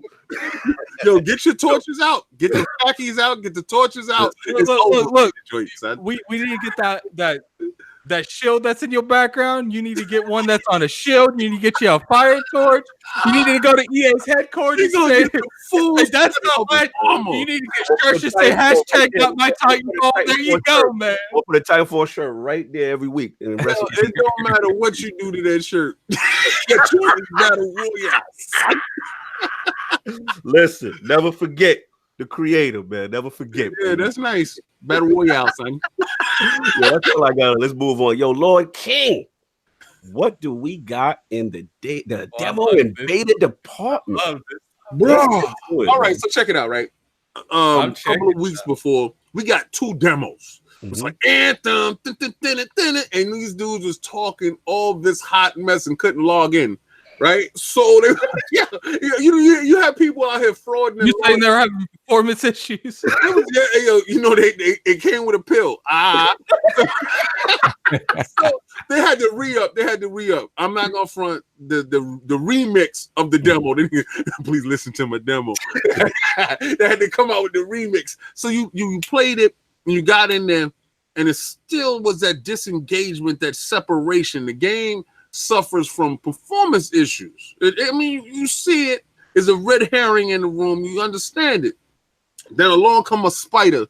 And I told you dudes last year that I don't know where Anthem fits, but Division 2 said confidently, yo, throw that beta out. And when the beta hit the streets, it was felt. It was like the most concise step 2 to a game. And what I'm saying is how to do a beta. Right? Do you do a beta where you're not sure of your game, or you do a beta where you're confident with your game? And I'm looking at the tale of 2 betas, and I want to understand where one went wrong and one went right, and what was wrong with one and what was right with the other. I want to know your opinions on it, because I know everybody in here got a chance to play both betas, and I want to know where y'all stand. I didn't play Anthem though. Oh, you played? All right, cool. Let's get Addict in it. K-Mega, what up, baby, in the chat? What's going on, man? What's going on, K-Mag? No doubt. All right, so I played Anthem, loading screen simulator. Oh. Then frame rate simulator. PowerPoint extraordinaire. Yo, Addict, you was playing it on a what system was you playing it on? Addict. See, you guys be acting like putting me on the blast for that. Like, I want to know why. Okay, we got to do this. Okay, what format was you playing it on, Addict? Yeah, no, because you are the everyman, right? So this is what I'm talking about. You the blue chipper. You are the everyman. You lead the pack. All right. So I want to know from your perspective, how did it flow for you? I told you it was the PowerPoint extraordinaire. It was the loading simulator. Like, this game ran horribly. Like, right. And then people be acting like I'm lying about this stuff. It didn't run like that. I'm like, what game did you play? Because it wasn't the one I played. So did you like how you was running around flying in the air with what's those avatars? What they call those dudes? The javelins. Oh, javelins. I thought they call them junkies. I'm gonna have to ask you to step back, not even knowing the name for them. Okay? Bro. I don't like something. No, you need to look. I haven't bought my blue fraud alert, but you need to light that red one for that. Bruh. It's a good game. It's gonna have its place. People are gonna love it, but it's not for me. It's not for me. Okay, so why is it not for you? Break it down. Why? I don't like the way they do in the end game. But the stuff I have issues with isn't in the beta. So do I really bring that up? Like, no, I mean you could touch. We're gonna touch on. I guess the King's topic is Anthem's beta. I mean, demo versus Division. Okay, I do think that, there is a demographic of people that like playing games for long amounts of times, period amounts of times. I do think that the Division, Destiny, Anthem, all these games, Diablo, they go after this amount of people. I think that Anthem and Diablo are in a corner. And right now, up until the Division 2, the Division wasn't even in a corner. It was just sitting there, eating its Doritos, looking around, watching everyone else have fun. But you know, and now, you know, the Division 2 and Destiny are in its own quarter. It's like, this is how we're doing things. This is our standard. We have this end game content, and we rock it. And you got over Anthem, it's like, we just gonna make our stuff more bullet sponges. We're gonna make everyone have more health. We're gonna have them do more damage, and you're just gonna do this 3 different versions of Grandmaster, and that's their end game. Yo, what sounds more fun? That Stitch 6, he says Division 2 is gonna destroy Anthem. Taser Light, he said Division 2 sealed Anthem's fate. Yo, they going in, but Division 2 is actually a better game. Like, and you guys know me. Have I ever really said anything positive about the Division 1? Like, we've been Division 1 haters. Like, you know what it was? At the end of the day, they gave me the stuff that I wanted. They listened to the feedback. I don't know what it's like. BioWare didn't even look what was going on for 5 years. But here's the thing. What about the argument that they're not trying to being even in that same lane? Like, they're doing a Diablo PvE focus with what if it's this hot narrative story? Like, you're still not willing to give that lane a shot. What you're telling me is Division 2 has a lane going up and Anthem got a lane going down. Let's just say for you personally don't appreciate the fact that it's just PvE focused. Obviously, we know how you feel about Rage. You have a great new video out right now, and you know, breaking this down. So that's your main. It's just not for you. But as far as the game, let's compare like what the subject is. This is beta versus demo. For you know, my comeback for that would be it might not be for me, but apparently with the feedback that Ubisoft got with the Division, it wasn't for a lot of people because they put everything that I want in the Division 2 that wasn't in Division. Right. So if it makes an entire a multi-million-dollar corporation bend to their knee, they bent the knee and they did what everyone wanted to. I think there's a trend there. Like, and then people are like, it's like Diablo. Diablo hasn't been around in 10 years. Like, they've shown it. I mean, Ubisoft has shown it with all their other games, man. Look how they retooled Rainbow Six. Look how they've done with For Honor, a game that a lot of us thought was dead. And it's alive and well. This is their MO now. If they put out this type of game, they're really good at it. To me, like, it's like they have a whole division that's like, okay, this game's gonna come out and it's gonna be hot garbage. They're like, we need you hire 20, go out there, get feedback, fix this game. Yeah, like, I didn't play the Anthem, the demo. I can't speak to anything of the issues you guys had, but from what I heard, it wasn't great. But I mean, playing this Division demo, this Division beta, dude, it's like the perfect sequel. They took literally everything that people had a beef with, and to be fair, they've been working on for a long time because they kept working on Division 1. They kept improving Division 1. The Dark Zone and all that stuff they fixed, and it's just that people had moved on. But they fixed it all along, and everything that they fixed has now just jumped to Division 2. They're not making the mistake with Destiny 2. When Destiny 2 came out, they tried to fix things that weren't broken. My thing is this is the next logical step. In Destiny 2, they told you to leave your stuff behind. Right. And in Division, it's not leave your stuff behind. It's everything that Division 1 did at the end of their content is carrying over to Division 2 with greater content. That's what I gotta like about the Division, that I have to really put a light on Bungie over. I have a huge issue with Bungie trying to resell you stuff that they sold you in Destiny 1. They've been doing it the entire Destiny 2 life cycle. But you know, the Division, they're like, we're not going to make you, we're not going to use those as highlights for future DLC, which are all free. No highlights to be used for this. Don't be. You're going to stop this Destiny. Well, okay, so hold up. Are they not? Did they not just relaunch the last work? What exotics that Division got that they could even think about bringing back? They don't have any distinguishable exotics. They do have iconic things that people want. Don't be mad because the people. Why did it take so? Why did they ended up bringing back the custom games in the Forsaken? The custom games? What you mean? Custom games in Destiny. Okay, what do they got to do with this? Well, that's what I was saying. Is they keep bringing back stuff from Destiny. You want to resell you in Destiny. People want it. People buying it. Clearly, right? That's what I'm saying. All I'm saying, we can't compare that specifically to Division because Division doesn't have those kind of iconic features to bring back. That's all I'm saying. Let's leave Destiny out of this, please. This is Anthem, Division. Continue. Yeah, I understand.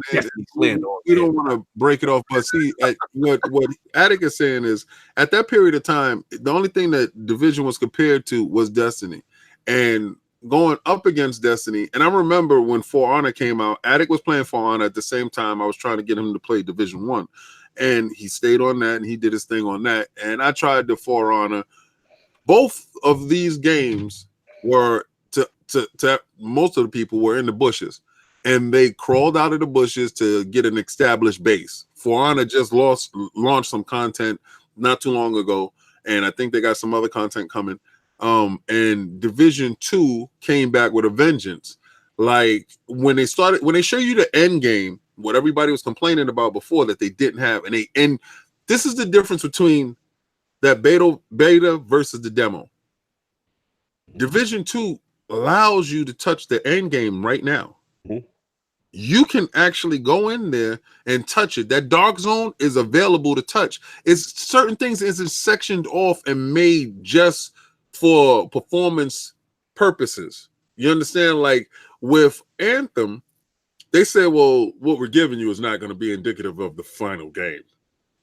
So why are you giving me this? Why are you allowing me to sample your wares where this is not what I'm taking home when I decide to buy? It doesn't make any sense. Yeah, you're purchasing something in false pretenses because when I get it home, it may not be the donkey that I like. Apparently, they redid how some of the mechanics work in Anthem for the final game now. Yeah. Listen, saw people raging about it on Twitter. No, I get it. I mean, but I want to say something that Kai mentioned. I want to shed some light. Sometimes I think we as gamers be too hard though. Like it's hard to please gamers, man. You like if you put a demo tape down, you put a mixtape out, like dudes will rip your game. Oh, like, no, it's not even a finished product. Dudes will be like, oh, this is the worst thing. For sure. Like there's a lot of hyperbole going on. But at the end of the day, I've always said if you make a good game, people are going to praise you. Yeah, but it's so hard to, I think, to please us though. I mean, let's be real. Like we've seen it all, and a lot of gamers are just like, yo, if you have any type of flaw in your situation, I mean, but Anthem's got plenty of flaws. listen, I'm gonna jump in. I mean, the thing is, with the positives, with King's, look, it worked. Division 2, it worked. I was able to jump in, you know what I'm saying, at launch. The lack of the loading screens, the open world is beautiful, seamless co-op, the 4K problems too, though. No, I'm gonna get to the negatives. Definitely. 4K HDR is beautiful. The DC streets, they're wide, they're dense, they feel living. They got these great random NPC events, the field of view, the huge draw distances. I think at the end of the day, Anthem is for more of the Diablo fans, right? And the Division's for more like Did Destiny you get a chance fans. to get the loot though? The loot for what, Anthem? Anthem. Did you get a chance to get the loot? I got a little bit of loot, but it wasn't a lot. So what do you keep talking about? See, this is stop the Diablo talk. This is the problem right there. Like, first of all, Diablo drops the loot on the floor. You check it out right there. Yeah, it does. You don't get this until the end of the mission. And when you get to the house, you can check it out. Like, why gotta be when you get to the house? That is true. He's got a point there. Is my book bag closed and I can't play with my stuff right now? I'm gonna play with my stuff right now. And on Anthem, it locks your loadout, so you can't even change stuff from there. Like when you get to the house, you play with your toys. Like you I had to give him that. Like I had to give him that. The game is holding you down. It holds itself back. Who the hell plays a looter shooter, picks up a gun, and you can't use it as soon as you get it?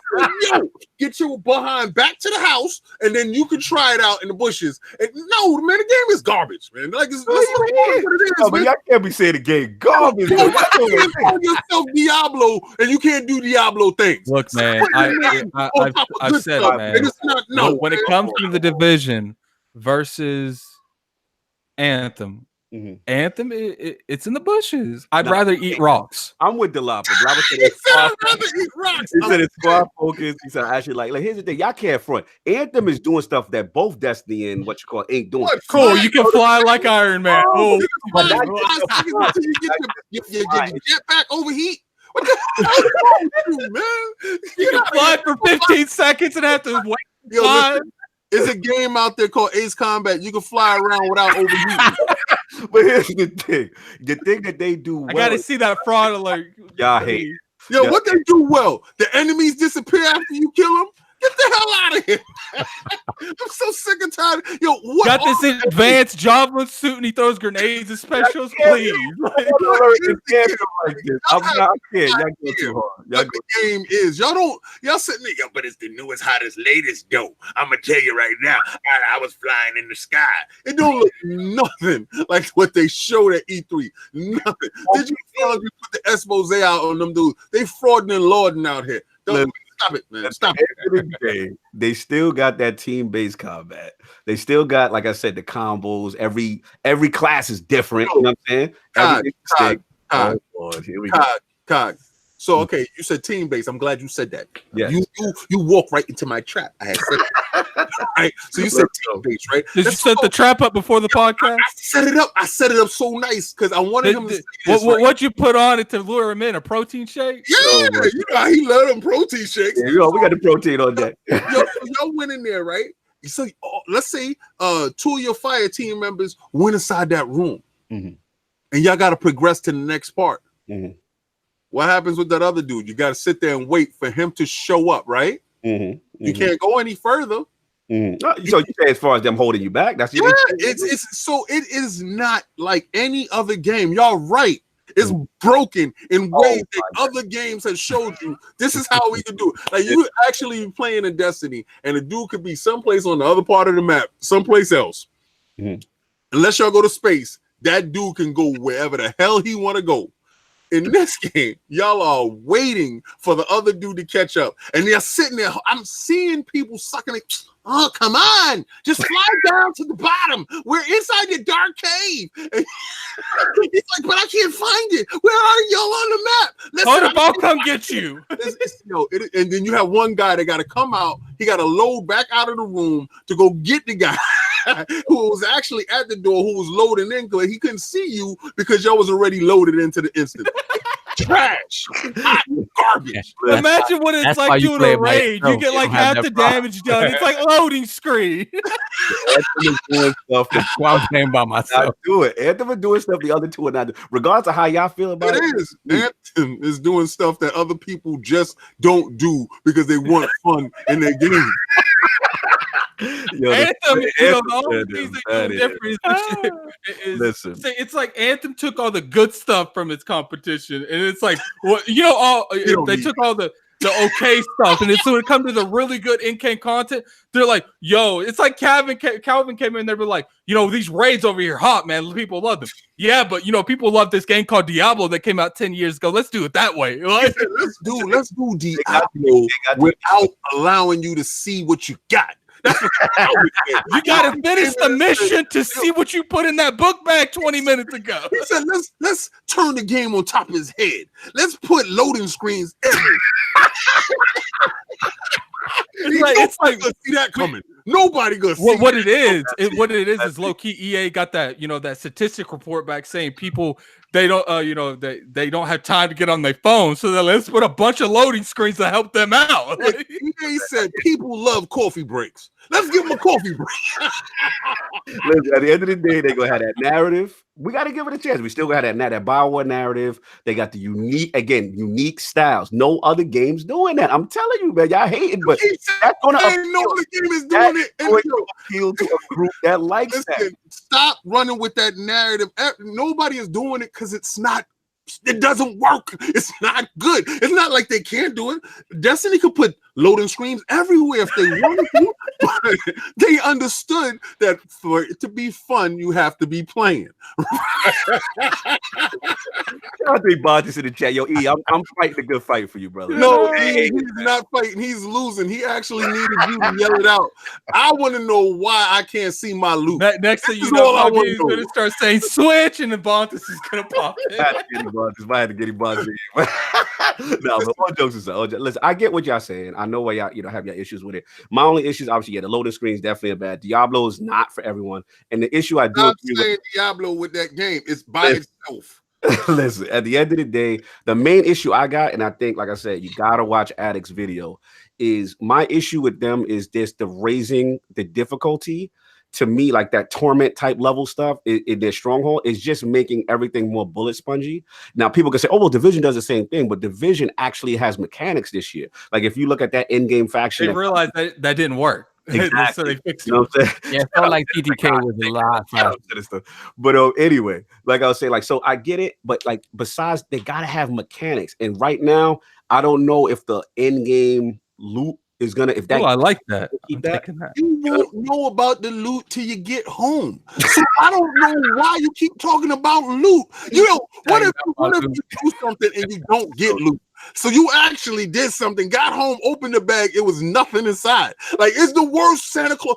Imagine like going through a whole mission thinking you just got some hot stuff and you got a duplicate. It's like, what? Like, it will make you. I wonder if you have to beat the mission or you can just go back without beating the mission and undo it. He said, I agree, Cognito. I don't want more sponge. No more sponge. People say hashtag not my loot. Yeah. Hold on. Oh, Fonz, I like that. I got to take that. Stop putting that chat. Chat, stop doing it. I got to copy and paste something, okay? they keep updating the chat. I can't grab it. There we go. Anthem will be all right. Because you're going to that's going to hurt Anthem is actually that Apex Legends. That's what I'm concerned about. But that's Anthem. Her Anthem had no one else had to help that. Moving along, because we're not going to agree on this one. So BioWare heard Anthem. Agree upon. You can't find out what your loot is, so we not going to talk about it. The slander is ridiculous. Shout out LordSov. What is going on with the PlayStation 5, sir? Ooh. So yeah, I know we hardly have any PlayStation news lately. So in a recent Reddit post, there's been a patent leak for the PlayStation 5. We don't know how true it is or not, but the patent leak apparently seems to indicate that the PS5 is aiming for backwards compatibility, and not just backwards compatibility for PS4, but across the entire spectrum of PlayStation titles. So, and from what I can glean from the little bit that they talk about the specifics of the patent, it plans to do it in much the same way that the Xbox does it with the Xbox One, and basically spoofing processors and convincing the current hardware that it's actually running old hardware. So it's interesting that that's kind of the only way it could be done, especially when you look at PS3 with how difficult that has been to emulate. So I want to know what you guys think about this, because for me, I'm happy. It's about time. All this talk about, that we don't want this, all the fighting back and forth between fanboys on both sides of the argument. I'm like, you know what? If you're a PlayStation fan and you were not for some sort of backwards compatibility, you're not a fan to me. To me, you just like the beef. You just like to fight with the Xbox heads. But for me, these things, back compat has always been about legacy and being able to have your legacy in one place and then being able to control the legacy, right? The narrative around their games and stuff like that. I think that's what Xbox is doing. I think that's what Nintendo's kind of starting to do. And I think that's what PlayStation should do. Yeah, right. Nintendo ain't doing that. They want to sell that stuff to you again. They want you to buy their game 40 times over. Every system. And you know what's funny? I bought that game 40 times. It is, but at least you know what it is. They're controlling the narrative, though. Now they're controlling the narrative. Man, your brainwash. It's their legacy. Who else is doing it? It's them, right? They're gonna sell you 50 times. All the teams. Why is that a fraud alert? It's the same thing. I'm not saying it's right or wrong. I'm just saying who else is controlling Nintendo's fate but Nintendo? You don't, man. Who else? I'm controlling Nintendo fate, but I'm not doing it. I'm this year. I'm not doing it. Hashtag not my Nintendo. So meanwhile, back to the PlayStation 5. All right.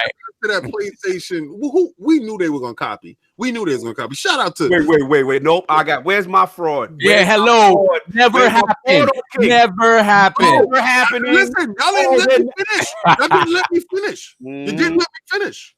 You didn't let me finish. You went in and you went. Okay, then finish. You popped early, and look at you now. Look at you now, you done popped early. All right, now. Let's see how he turns this one around. It's not how it turns around. Let's get Street Magic together. You're going to have to fight this one on your own. When you hit the icon on your PlayStation to do back compat, that's going to be $29.95. So it ain't really gonna be no real back compat. They're gonna show you a way how they can sell you PlayStation Now all over again. It's gonna be PlayStation Now all over again. All right. So at that time, it's going to be called PlayStation then. it's gonna be PlayStation later. So don't listen. They already have back compat in a purchasing form. It's not gonna be free, like how Microsoft was saying, just you got it, you had that game, just throw it up in there, boom, bang. That's not how it's gonna go down. It's gonna be in a fashion that you won't have to pay. You're gonna have to pay to play. So, what sources do you have? No, I'm just confused. This is the Florida Alert segment on King. He has vehemently said I have never gonna have back compat. That Sony has never done anything for y'all for free. So don't ever think you've always paid for that. So always. So you're saying, just so I clarify, your argument is the history of Sony has never done anything for free. No history. That's right. So when they let you, almost every generation they've let you play previous generations. That never happened. Yo, you know what it is? You're gonna sit there and say, all right. They took that from you. I brought that PlayStation. Okay. I brought that PlayStation that was able to do that. Where'd they put it? To the dude, what happened to Tony who came 5 seconds later who brought the next PlayStation that couldn't do the back compat? He tried it. He tried to throw the disc inside. You know what they said? Go find that PlayStation that we discontinued. Go find the Foreman grill. They're not into that Foreman grill. You're not into that. Y'all don't play back compat. You're gonna do exactly what I said, and you're gonna like it. And you're like, look, the only reason that I do kind of feel like that, they might not go that direction. Well, first off, people say back compat. If we've seen anything, it's not as easy as just turning on a switch. Every time Microsoft, they have to literally get permission from publishers to put it back on the system. They can't just openly, do it on their own will. I don't know. There's reasons that there's certain games that still not on back compat. There's reasons it took so long. It took how long for Call of Duties because they didn't want to drop the big Call of Duties when all the bad ones were going on. So they waited for a while. I do think they're going to have backwards compatibility. There's no way they don't. Because and shout out to that's Taser Delight. He said that the architecture was exotic. Yeah, true. Yeah, of course. They always do it all exotic, all like. What happens to that when that exoticness now? You see, it was so exotic that the next system couldn't do the last system. Right? So you have to wait 5 systems later to get the first system. Y'all on the PS6, that's going to be the same architecture as the PS3. And on the PS6, you can play PS3 games. But the PS7, you can only play PS1 and PS4 games. But the PS8 can play all of them. All right, so let's be clear. So this joint is a patent, right? This is a This is a patent. It doesn't necessarily mean it is. People patent stuff all the time. Yeah. But at the end of the day, I want to shout out one of our good friends to the realm, Lord John Linneman from Digital Foundry. He also confirms. He was actually going at it with some Xbox fans in reference to this. So look, there's no way Sony leaves one of the most dominant software runs of the generation with PS4 off the table. Like, to me, I'm curious about the patent though in this regard, King. Like, they talking about backward compatibility from PS1 to PS4. Like, they didn't even get that together on that plug and play that they put out. Right. So the key comes down to, first of all, I think that would be lit. Let's be real. Like, to have all that library would be great if they can do it, if that's true. But here's the question though, King. Yeah, exactly. Because here's my thing is, and I want to ask Solve and King this, if that's the case, what happens to Gaikai and PS now? Because I don't see them walking away from that. And we all know, remember when we had J-Dub, we had shout out to Kratos, we had him on when the financial numbers came out and PS Now was actually proven to be successful. So I can't see them walking away from that money. I personally think that PS Now is going to carry over to PS5, and that's going to be their backwards compatibility. They're going to say, okay, you want to play old stuff? Give me this $20 a month. That's what King is saying. The patent is saying that it's supposed to be on a hardware level, right? So I'll break it down. Well, the thing about it is, they might be building it into it to make the PS Now run better with the PS5. This is, everybody's losing this, right? When you were getting over to your Xbox One, you knew the games was carrying over from your 360. All right. So you kept your disc.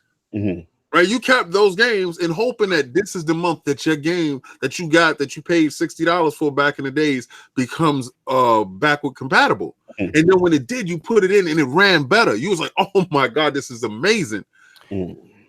How many people still got PlayStation 2 games without having a PlayStation 2 or PlayStation 3? Dreamcast guy. That's about all. Yeah, but those are enthusiasts, right? King mentioned something specific that's been specific to the Xbox, in particular the X, is the improvements to the games on the X and even the S. Like, there's no indication here that this is going to do that. This is just straight up you can play them. But here's the thing. You're completely right, Saul, and I'm glad you brought that. That's a good point, because the key with how X shout out to Bill Stillwell, shout out to those guys, man, on the backpack team. The difference is these guys added Xbox One X enhancements, 4K, almost. They were in essential remasters on some level, right? So the key is, how is PlayStation going to handle it? Is this just going to be a straight one-to-one? Because from what we see, based on this rumor and this patent, is basically they're trying to mimic the behavior of previous consoles using multiple processors. So it's going to trick PS5 is going to trick the software into running it on its original device. All these systems essentially the same system, just with a little caveats here and there. And PS3, the architecture was so different.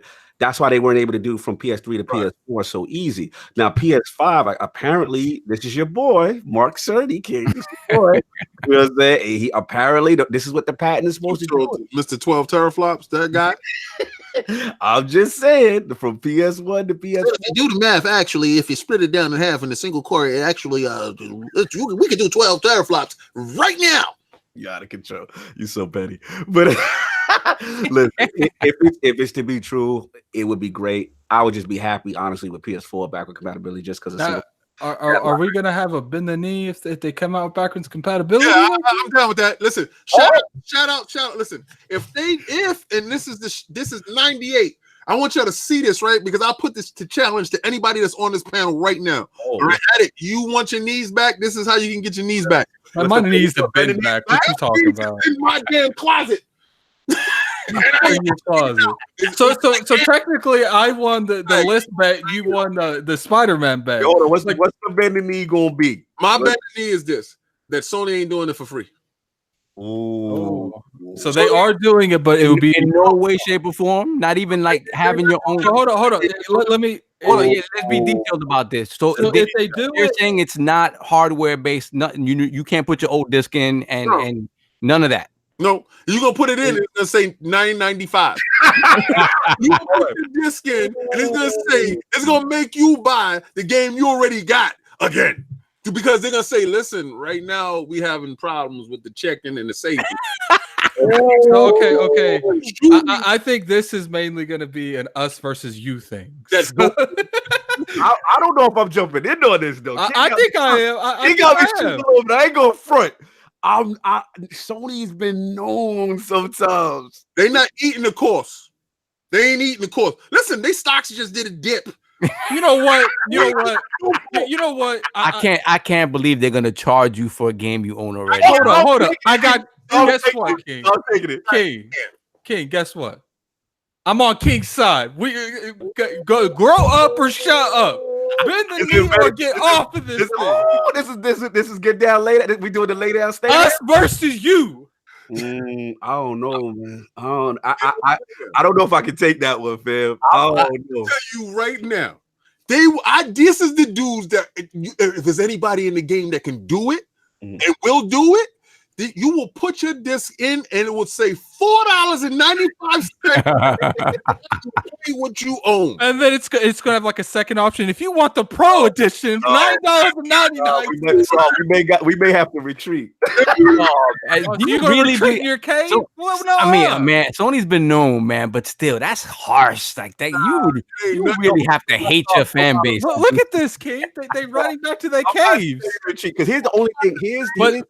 But they're playing Anthem, so there's a loading screen before the cage. Here's the caveat that I'm worried about. The reason why I can't take it is because They have Gaikai as an established entity, and they're making money off of streaming now. And then that's the same thing though. If they charge for that, King still wins. No, but the patent says that they're going to do some type of hardware emulation to trick it. Like I think if that does it, I think what's going to happen is it's going to be built into the PlayStation to help that service flourish. How so though? How so? If Microsoft is doing it with like data centers and stuff like that to decrease latency, I mean, Microsoft said that they were building, they were going to have some kind of hardware structure to help the xCloud function. I don't know, man.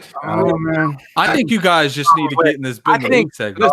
Listen, they've been doing it. All right, they have been doing it with PS Now, and PS Now isn't great. So how do they vastly improve PS Now? PS Now ain't great. It's doing well, but it's over doing well. No, it's doing well, but the service isn't great. Again, but I'm talking as someone. They allow you to download now, Soft. Huh? They allow you to download the games if you don't want to. PS4 games. Services is great. Anything that was made natively. I think it's PS2 games too. Well, whatever, any PS2 games that got that got upgraded, so to speak, for the PS4, yeah, you can download as well. Right. So, but if you look at those games, if you look at like I think it was the GTAs, they got sort of re-released for the PS4. It's not great. It's not an update. It's not the same thing as looking at a Xbox One X upgrade. So we're not saying that. We're not saying that. I know. That's not a thing for that. On bend the knee with King. The crazy thing is like they have both avenues. They have them both there, basically. So are you down? Are you down? Or you going to just walk out the door? I'll take that because I don't think they're going to charge you. I'll bend the knee if I lose. I don't got no problems. You got to be on camera though. Oh, that's fine. You gotta do it on camera, right? I don't want none of this. I'm bending the knee, King. Look at me, and you in the shadow. I don't want none of that. Listen, I want full screen. You see how that box is over there? I want you like the box. I want to see you head to toe. So you want him in a box? I'm confused. No, I don't want him in the box. Pause. I want his knees on the ground. Pause. All right. So now hold up. This specifically I don't want to hear any PS Now stuff. This is specifically to the point that if they have some sort of actual hardware back compat that you can't put your game in and play for free. What's the stipulation? What's the stipulation? I know the stipulation is that they charge in any way. No, that's too broad. That's too broad. No, if they charge you in any form when you put how is that too broad? If they charge you in any form when you put your old game in there. If you put your Spider-Man in and they say, time out, brother. You ain't paid the $4.99 fee. Wait a second, brother. This you ain't paid a fee to get. And what's funny? I'll take that. D, if you hit the cancel button and the $4.99 fee just spits the disc out, it's shredded. All right, it's not like a launcher. You know how the rules of this bet. 360s you eat the disc. Here it is. and then the screen pops up that says you have to go to your local GameStop and buy another copy. Let's get the specific details of it. If all this is if PlayStation 5 comes out and there is backward compatibility, if you put your disc in or you try to access it just on a monetary level, if there's a cost, that's the bend the knee. What's the specific bend the knee? If there is a cost to it, I bend the knee. On any level. On any level with hardware back compat. None of this PS Now stuff. What if there's no hardware? Let me ask both of y'all. What if there's no hardware back compat? Right? Yeah, he done. Then how am I done? No. Here we go. Here we go. How are you not done at that point? You are done. If it's You're sitting here arguing hardware back compat, and then you want me to take a bet on a service they have already? Hell no. You're talking about hardware back compat with a disc. That's it. Sovereign. All right. You saying this patent is going to come to fruition. My joint is saying they just covering bases. Well, exactly. So if I'm arguing A, how you arguing B? They doing that too. They doing that too. They're not doing that too. If there is hardware back compatibility, I'm down with these knees. And then you ain't got to pay. And I'm telling you, it's gonna be in the box. If there is hardware back compatibility, it's gonna don't come in the box. No PS Now. $5. Got you. I mean, So wait. I'm confused. Saul, break it down. So if there's hardware back If compatible, you could put a disc in the PS5 that For works free. on PS5 4 games for free, Sovereign wins. If you can't, D wins. Yeah. what if there's no hardware back And compatible? his niece is mine. then there's no bet. No, it's not. No, it's a See, that's what I knew. This No, morning. no, Sovereign. If they don't do it, then they're not doing it. Like, then it's If done. they don't do it, if they don't, but I'm not arguing whether they do it or not. Okay. You're arguing the If they details of don't- it. your whole point of this is that there will be there, so you No, can't no, back that's out not, if that's it's not not my there. whole point of it. That's not my whole point of it. Let's do this, yo. He specifically brought up the money issue, and I said I don't believe that. If it's happening, I don't believe that. I never argue whether they're doing it or not. No. If I'm not betting ifs, No. the system is coming out. Uh-huh. You saying it's gonna be in the box? I'm telling you, okay. If it's in the box, they still gonna charge you. If it's not in the box, I don't believe it's going to ever come. Right. So the bet is if there is hardware back compatibility. It's not whether they have it or they not. They don't. I give you two knees. Because you got one knee on one side, you got another knee on the next. All right, I give you two knees. All right, check it out. One knee. They don't even put that shit in the box. Mhm. The other knee is if it's in the box, they're gonna charge you. All right. So I can have one knee up, one knee down. God, you're confusing me now. Like, hold up. Are we starting to do? Hold up. Are we starting to do bets for individual needs now? Like, That's the right thing. I gotta do take we just make this shit up as we go? Because I'm confused. I'm still confused with this one. But I'm all right, knee, son. this is what y'all clear on your terms with hardware back Yeah. compatibility. One part of the bet is whether they have it or not. Period. Right, And that's one part. Okay, Yeah. The other part is if they do have it, that it's free. it's gonna be a charge. Yeah. Okay, bet. So we got it. Y'all heard it here first. Bet the knee has returned for 2019 in the building. Knee is coming. I'm getting one of them knees. The knees will have lotion. Will be Lubriderm sponsored. Shout out to Lubriderm. I'm ready. Go. Addict. Crackdown 3. What is going on, sir? So they have a beta. All right. The beta has the wrecking zone. Why are you so quiet? And, Why is he whispering this? look. Okay, I'm sorry. They have a beta. The beta has wrecking zone. Has anyone here played that? No. Has anyone here seen gameplay of it? Yes. Oh yeah. Yes. What's the thoughts? Is it Iron Lords approved or is it not Iron Lords? I love it. I love the crazy dude. Everyone besides King David. I know. I love the crazy dude that they had with the fake enthusiasm playing the game. Like he was, his bag. I don't know. Bringing it all down. That dude. I don't know what bag they gave him, but I give him another one. He was buying a car after that because he was that damn happy. And that game, it wasn't all that, but it did what they said. It had full destructibility. Somebody said it was listen, I think it's gonna be fine, but if we're gonna call a spade, we were just talking about how Anthem didn't look how it looked before. Let's go. Like that playable demo 4 years ago looks nothing like that. Okay, so let's also completely say, different. let's also completely different. All right.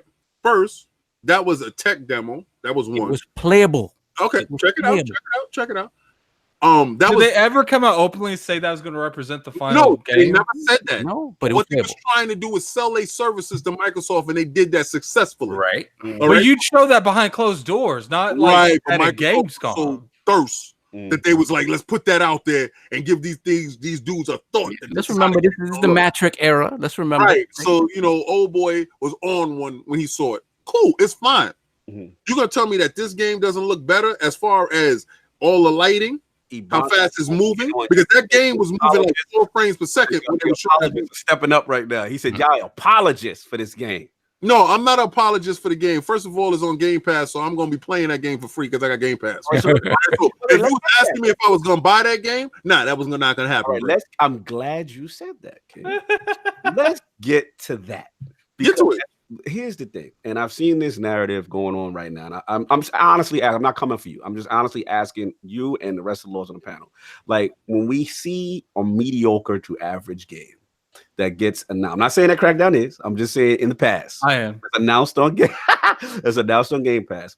Is it an excuse or a cop out if the game is on Game Pass and say, well, it's a Game Pass game anyway, so you're excusing them for the level of quality that is. I'm gonna give you something. They've never ever thought that Crackdown was an A1 game.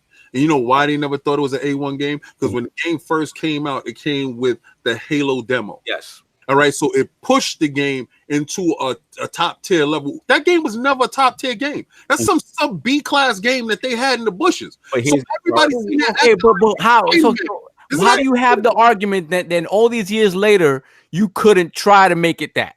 That's what. What about the time and development? Because they held they surrounding you, King. No, look, listen, I want them to get all around me, so when I smash the floor, they all fall in. He wants to Winston you off of. Here's the thing, King. They took the time. They delayed this game multiple times, saying that the level of quality was not up to snuff. Yo. And here we are. And at the end of the day, they just needed to get it to feel like Crackdown. So all that time, it just didn't feel like Crackdown. That was it. It wasn't that. It wasn't that. It was this. It was Donnie's problem. This is Donnie's fault. Oh, it's the Donnie. Oh man, I don't know, man. Keep it 100. So hold up and just clarifying for the viewers. You're blaming this all on Don Matrick and none of it on Phil. That's the fact. And let me tell you something what Phil did. Let me tell you something what Phil did. Phil saw the reception that the game got and said, yo, put it back in the cooker. Let that game get to something that's respectable so I can put it out, so I can put my name on this. Right now, live or die, Phil's going to have to own this one, right? Good or bad, Phil's going to have to own this one. But it's not scale bound. It's not canceled. True. So all you guys out there talking about, oh, you know, they should cancel the game. All right, fine, don't buy it. They canceled it for you. Right? Go out there, try the game, and then talk about it later. But it's in Game Pass. So if you don't have Game Pass, that's your damn problem. And if you don't feel like buying the game, don't buy the game. Just like a billion other games like Anthem, I'm not buying. I saw somebody in there saying that I'm not buying it. Unless you gifted me that game, I'm not buying it. And I'm gonna tell you this: you say, "Oh, Anthem look way better than Crackdown," but guess who's playing Crackdown day one? This kid is. You know why? Because Anthem should be inside Game Pass, and it's not. So, I load this. It don't got no loading screens when you're supposed to be having fun. Disrespect is Yeah. No, listen. So just so I clarify, you're not buying Anthem day one. Hell no. Yeah, no. He brings Anthem into the argument to justify his. Why you pretty good? That's what's happening. But I'm gonna be a multiplayer having fun. So the loading screen. So the way that you're hating on this game, I would expect if let's say Anthem shows up in that EA Access vote, is it a cop then? No. So why would you? What are you talking about? Oh no, you just EA Access vote. Yeah. Oh, I got EA Access. Hell yeah, it's free. Hell yeah. But you call me the free king. Like so it's okay for me to get free stuff, but not you. See, I'm paying for it. It's not really free. I'm paying for EA Access, and anything that fall in there is my copy. You are the Adrian Broner of gaming. Well, you can sit there and say whatever you want, Jonathan B. You gonna buy Anthem? You're gonna have that same face. You're gonna have the Jordan meme face. And then when you sell it back, I just want you to shout me out when you send it back to Microsoft. Buy it digitally so they can just give it back so you don't have to worry about holding that dead body in your hand. Yo, Sob, Def Singer said, I love podcast. I would need a Patreon tier to make King play Anthem with me. Yeah, he'll do it too. It's there. When you gift it to me, I'll be there. I want to say this last part on Crackdown. What about the whole Ryan McCaffrey situation? Because we know they dropped it. You know, they had the IGN kind of first on the multiplayer. Him and Dexter Gary, shout out to those two. And they weren't, I would say they like ripped it, but they were definitely not impressed. They just said that it's an average game. They didn't really, like he said multiple times, I enjoy the game, but it's nothing outstanding. Right. And then he said, you know, he made quotes like it's like a science project, you know, of all these different things. He felt the destruction was not impressive at all. It didn't have any weight. He said it felt like styrofoam when stuff was breaking. I'm pretty sure. The locking system, he had issues with that. So, you know, what do you say? Because right now there's a big thing going on in the community. We know IGN's been in the crossfire a lot lately. So, like, what do you say as far as, is IGN being too hard on the game? Are they being biased? Some people say they're not giving it a chance. All they did was the only thing I have to say to Ryan McCaffrey, it's in Game Pass. Cop out. It's in Game Pass. It's in Game Pass. To me, they're being honest about the game, especially like when I talk about the game was played. Destin Legary talked a long time ago about how he played that game. Can we all be real game here? It's not the same. Can we all be real? Who here expected like an 8, 9 out of 10 Crackdown? Nobody. That's for. But you had a lot of people that's sitting there trying to put a metric to it. Right. You have a lot of people talking about Microsoft games average a metric of 65 to 70. Right. So in that sense, I can hear y'all talking. All right. But when you guys get 100 games for $10 inside Game Pass or whatever service that you want to have, because Game Pass is coming to a system near you, understand that part. Did you hear what I just said? So when you look up on your PlayStation, you look up on your Switch, and Game Pass is rolling around, and then you can play Crackdown too, brother. Shout out to Delapo. He said Game Pass should not be an excuse for mediocre content.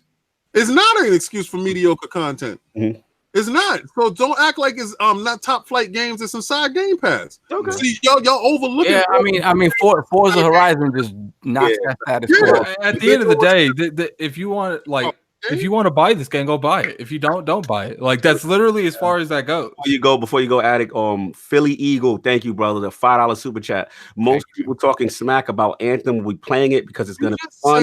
Game of the year for you, Later Gamers, game of the year for me. Shout out to Philly Eagle. Philly, what's up? What's happening? Buy his gun. I'm gonna respect your $5, right? I'm gonna respect it, and I'm gonna respect your money. Because everything that we earn in But he's not going to respect your opinion. That's about to come out of his mouth. I'm going to say this, right? I'm going to say this, Philly. After your 50th loading screen, and you got to figure out when you get back to the house, because you know when you're going to be talking with your friends in the headset, and they'll be like, what you got?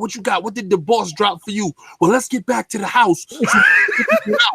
When you get sick and tired of that, let me know. And let me know if it's still your game of the year in the middle of the year.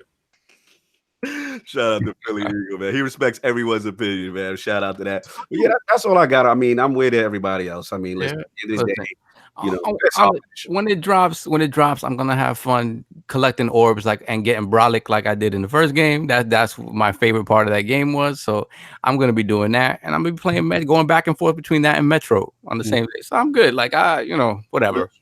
Listen. It is what it is. It looks. I need to play it. I still need to play it before I go. And I'm gonna get in the technical test demo after the podcast. It actually starts now. So if you're part of the Xbox Inside program, you get part of the technical test of Crackdown. It's going on right now. Oh, so, you get a chance to touch. Yeah, I'm gonna get a chance to touch. I'm gonna give you on live so I can see you play it. Possibly. We'll see. Oh, okay. What are you doing? You playing it on PC or you're gonna? Right now you're a PC guy. Oh, are you playing it on PC or are you going to be on? Why you gotta do that voice though? hey, it's Play Anywhere, so I really want to know. Yeah, Cognito, are you gonna play it on PC? You gonna play it on Xbox? On your PC on your super rig? You gonna play it with that i9? Yo, y'all savage, y'all petty, y'all messy.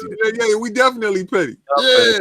So listen, at the end of the day, I'm gonna test it out and see what it is. But yeah, I mean, I'll be honest, the initial, reports look kind of mediocre. So, it's one of those things. Yes, it's in Game Pass. I'm not excusing that it's in Game Pass that it needs to not be quality. I'm not gonna say that, but I'm willing to give it a shot. Shout out to Eric's Game and a couple people. They legitimately having fun with it. So it's one of those things. Until I play it, I can't really comment too much. But I don't want IGN to be getting all this work if they don't like it, and just being that they're bad journalists if they didn't like it. If it's average, I don't understand. Like 1 minute they're shills, and 1 minute they're getting ripped for actually having an opinion on something. Opinion. It's their opinion, man. Nowadays, you can't have an opinion. Yeah, especially what I would like to know is if they really enjoyed the other ones.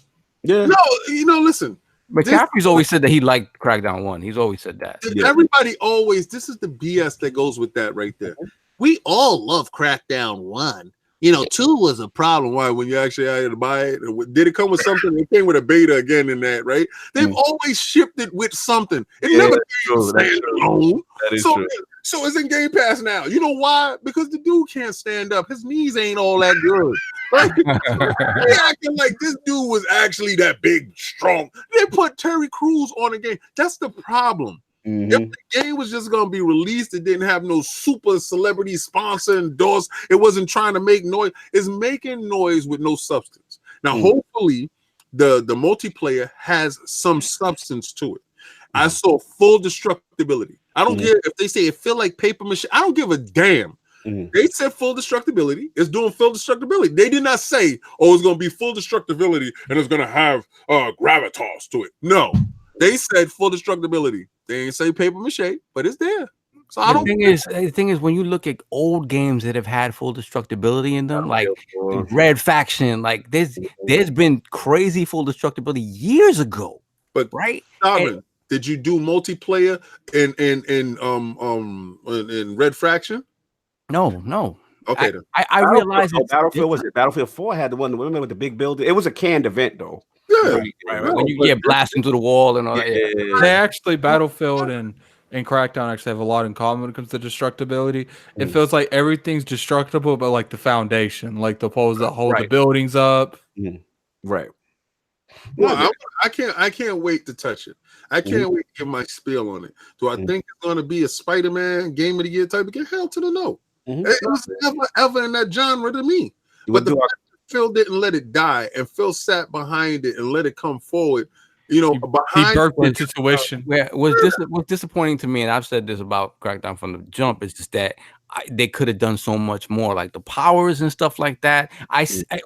Footage that I've seen of the campaign seems like they've expanded on that stuff a little bit. Like I see, like you driving up the sides of buildings with the car now and crazy stuff. So I hope they did that, because for me, like, yeah, it's never been that tier 1 game, but in the time from the first game to now, they could have done a lot to expand on that formula, and it just feels like they didn't. Okay, fair enough. I know, Attic, you're out of here, right? Because you got to run. Yeah, I gotta go. Right, I appreciate everyone for coming through. I'll see you guys next week. I'm gonna try. I just gotta be clear, Attic. You're with me with Sovereign and his knees. Yeah. So how we'll do it is I'll get one of his knees and you get the other. We're gonna split the knees down the middle. I'll get one. I'm not liking this conversation. I'm gonna keep one knee out here in Westchester. You keep one knee out there. We can display the knees together. Peace, Attic. We'll finish. We do these rapid takes. I know you got to go. So rapid takes, rapid roundtable takes, because there was a lot of news this week. So Xbox Live to Switch. Briefly, we'll talk about that, and then some sad news: Activision/Blizzard employee layoff. So let's start with Lord Sov. What do you feel is going on? I mean, as far as the Xbox Live to Switch, how do you feel about that? And then also about the layoffs that's going on. I think, that the Xbox Live to Switch is the beginnings of what Xbox wants to do, right? It's sort of be everywhere. And, obviously that doesn't mean that you're going to be seeing Xbox games on Switch and Android and stuff anytime soon in that form. But I think the fact that the guts of Xbox Live, the chat stuff, just the infrastructure stuff being on other platforms is huge. And it's the beginnings of how they're going to start pushing xCloud on everything and stuff like that. So to me, it's a big deal. It's a big deal. It's not, we're Halo's going to be on the Switch, but it's the beginnings of going down that road.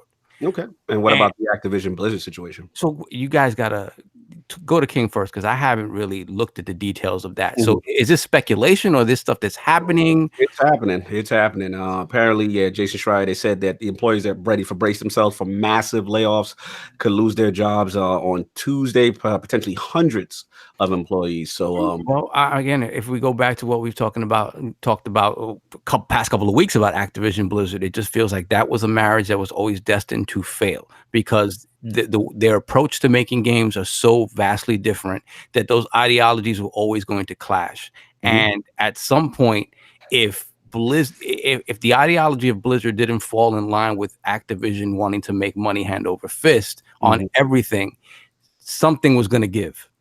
And I think we're at that point. I think, if you look at the narrative with EA and all these other companies, that they're about products that are replayable, people can come back to and make money for them on a daily basis. And that was always going to be an issue. So it's sad. it's really sad if that's the beginnings of the crumbling of this. Although I hope Blizzard on its own, it's not going to be on its own, but I hope this kind of opens the door to maybe a divorce. But it's sad for all those people losing their jobs. It's really ridiculous. It is, man. It definitely is. Let's get King on. King, your favorite console, the Nintendo Switch, getting Xbox Live. It's gonna be my favorite console in a second. Why? Because before that, the Xbox Live was gonna get us behind on that joint. Now, I don't think so. Because Nintendo don't like nah. Phil said, "Open the door. We in here." Phil put his foot inside the door. Hey, Nintendo, smoothed up on you. Hey, shorty, let me holler at you a taste for a second. You heard me though? So actually, when Phil them put that foot in the door, you know what's next? Game Pass. Just sitting there talking about them games ain't gonna be on there, but them games will be on there soon. All right, I can see that. Yeah, I can see that too. I can really see that too. Now, what about the whole Activision, the Blizzard, the layoffs, that whole bit? That thing, I'm gonna take all the jokes out of it because people losing their jobs in this climate is not funny. But in a lighter note, you got Rare hiring up to 200 people for their development team. So it's the yin and yang is the balance of it. We already knew that those companies didn't mesh. It wasn't gonna be a good marriage. It seems like that with a lot with Activision. They don't take in account of the development teams that they're purchasing and seeing if it's a good fit with them. They try to shoehorn them in, and after a period of time, it just doesn't work. And I'm happy that Bungie is at a point where they can stand alone, and they didn't separate from that marriage with warts, might say, because when you separate from a situation, you have to lose employees because of something that's not their fault, because they started working at a company and that company got purchased by another company and that didn't work out, and now they are unemployed. They do have skills, they do have trades, the industry as well. So hopefully they can be picked up by the next round of systems needing development staff. And to be fair, I think the industry does a really good job of banding together when stuff like this happens and trying to get people jobs. Yeah, absolutely. Yeah, I mean, I'm with you guys. I'll jump on that topic since we'll keep it to transition with the Blizzard thing. Yeah, it's sad. I mean, obviously, you know what I'm saying? I mean, I can't see Activision's books or anything like that.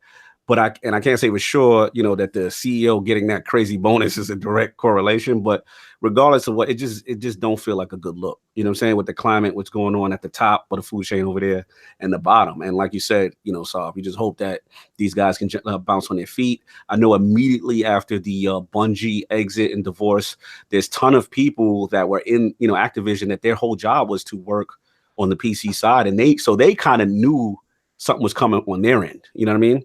And now you have even more stuff going on. So that type of stuff you never want to see. Shout out to those dudes. I mean, I definitely hope they land on their feet. As far as the Switch stuff, man, your boy Cog put you on first. I had an article, shout out to Dizzy, so on playbackgaming.net. Switch has been very open to new SDKs. I think Vivox was the first. They allowed voice chat and text messaging, and I believe Fortnite was the first to kind of utilize that, improve Lord King. That it can be done. No. Some people were saying it can't be. I'm not downing the Switch. See, a lot of people think that I hate on the Switch out of hate. No, remember, a lot of those amiibos got purchased because I was playing Zelda. Right. What I asked for is original new content. This is what I asked for. Don't give me a Smash Brothers that's a remix of the other Smash Brothers. I don't want a comparison of a Wii U game to a new game. Just stop. Put out new content, and if it's good content, I'm going to purchase. I don't want new crapware. That's all. I get where you're at. At the end of the day, I love this stuff, man, because we all knew the Achilles heel was that infrastructure, and to see, Phil and them push this initiative, with Xbox Live. I mean, I think that's fantastic. I want to see how the Xbox SDK is going to be implemented. Will the games be fully cross-play? Your achievement list. Like, I want a situation where if it's a cross-play game that's over there, like I can either continue where I left off, or I can still do, the progress, the achievements, crazy. That would be lit. I've always wanted that, the cross-save, cross-play, man. If you can do that. No, everybody's not really looking at the elephant in the room. Phil's holler game is crazy. What you mean? What you Dude mean? be What you like, mean? hey, big head. Like, yo, his holler game, his holler game is crazy. And I just can't wait to the day that when you can get a good Xbox Live experience on that PlayStation with the headset and you talking to people and everything is really going on really well and there's no dropouts and stuff like that. I can't wait for that day, man. When Phil slide up in those DMs. I don't think so. I don't think Sony's ready for that. Nah, they come on that level they would need confirmation from Microsoft that they're getting out of the hardware business. That's the only way they would do that. Hey, might be. You never know what happens later, baby.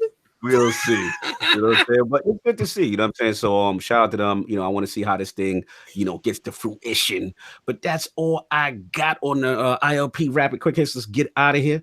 New ILP poll for the week. With the surprise reveal and tremendous success of Apex Legends for Respawn and Electronic Arts, which EA franchise do you feel has the most to lose now based on this release? The choices are A, Anthem. Apex release date is too close and can affect momentum. B, Battlefield 5 Firestorm. Who's gonna buy this Battle Royale DLC now?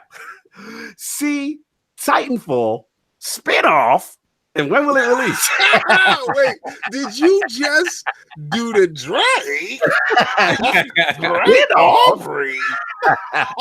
Or D, I don't care. Fortnite is finally thrown in the bush. I'm down. I'm gonna go with that one. That is the question. Man, too good. Please rock the ILP vote when it goes up on Twitter tomorrow. Lords of the Realm. Lord Addict had to go, but Lord Sov, where can the fine people find you? What do you have going on, sir? Yeah, this week, man, guys, go out there and battle these games, man. Friday's a big gaming day, man. We have Crackdown, we have Metro Exodus, and we have that early access to Anthem. So go out and play the games you want to play, and that's it. Don't let anybody tell you otherwise. Go out there and play your games. So you can catch me on Twitter, LordSovILP, and BX Sovereign on PSN Xbox Live. And real quick, a big shout out to that one person who always comes in at the start of the show and downvotes us, because I gotta respect your gangster. Respect his gangster. Because he's loyal with it. Like, he comes in and he makes sure he downvotes. You know right why he said he every single week. You know why he said he? Because we know exactly who you are. I know exactly who you are. But I love everybody, man. So I respect the fact that you take the time to get here at 1 p.m. and downvote us. I appreciate that, man. I respect your click game. Still shining though. D on the poll, they savage on Fortnite. That's crazy. Lord King, the premium gamer, his premium experience today. What can the fine people find you? Not playing Anthem. All right. Well, all right. This is the first podcast I'm gonna get off, and I'm not gonna run upstairs to my best friend, Sir Benjamin Johnson. So this is, I was hoping that the podcast wouldn't end, to be honest with you. But you're gonna find me, as you can see, the table is set up right there. The table is set up right there. And that's where King of the Statues is going to be. The turntables is going to be there. I'm actually going to have a black cloth on there. It's going to be done up with the white gloves. You understand? Hold on. You doing Mr. Listen. Major Nelson it? Yo, for certain statues, you got to have them white gloves. You got to really give that whole Vanna White feel to your jump over. You understand that mystical feel to it? You got to, bring it all in. But I have over 40 new statues, and we're gonna go over the 30 statues that I do have that you actually can see. We're gonna go over those in depth and when they came out, the scale size, and I'm going to tell you why not to buy these display cases and why to buy these display cases. And then we're going to get a room tour after we go through all the statues. And on that channel, we're going to talk about customs, because there's a lot of places that you can get custom statues. A lot of statues channels, they don't tell you about customs, and I will actually have links in there where guys, you can actually go get these and commission them where it's safe to place your money, and your stuff will actually show up. They will come from China, they will come from different places, but you will get your stuff, and you can be happy about your one-to-one scale of things. Also, Arcade King is coming. The intro is up, the music is up. and that you're gonna see that arcade machine is going to be right over here in this area. So you know, back there, that room back there is my man cave. We're gonna do a deep dive into the man cave. But guys, we got a lot of content coming that's going to be at the website. It's going to be on YouTube. We're going to have links. We have Instagram. We have the Facebook. We have a whole lot of things popping for you guys. And also, just like Def Singer say, if you want me to play Anthem, gift it to me and I'll be there.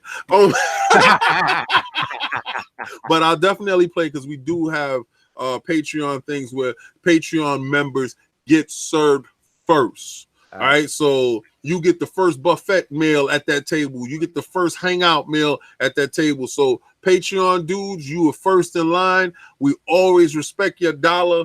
And I hope that you had a great show today because I definitely needed you guys this week. Thanks, man. Shout out to King for making it, man. Definitely. Absolutely. I know you had a rough week, and the love we got, the laughs we get to share with you guys, man, and definitely helps our day as well. You have no idea the stuff we go through. So salute to the Lords of the Realm in the chat. Love y'all. Jokes, everything was fun, positive energy. Love y'all, man. It was lit. Yeah, man. So you already know what it is. You know, hit that like notification gang. Make sure you get that notification gang up. You know what I'm saying? And you already know on the Iron Lord podcast channel. Links will be in the description. Lord Kaibatsu will have that audio up. You know, that SoundCloud, that YouTube, that Spotify, all that good stuff. Yo, also in the link, our Discord channel. It is popping. Please get in our Discord. Our Discord is off the chain. If you don't at me, I don't hear you. So please, man, get in that Discord. We got a lot we're talking about. Like I said, if you went to just specific games, or we have the channels for the games, we have channels for combat talk, we got channels for Marvel, DC Comics. I mean, people are getting some really intense discussions in there. So please check that out. That will be in the description as well. Shout out to the stream team right now. Lord PD is streaming right now. Division live. Get in there live if you want to see that Division 2. If you want to fence about it, go check that out. And also shout out to the entire stream team, Lady L Boogie, Lord Delapo, who is in the chat today. MJ is a boss. You know what I'm saying? And of course, the old school style himself, streaming each week, every week on Iron Lord Twitch TV.com/Iron Lord Podcast.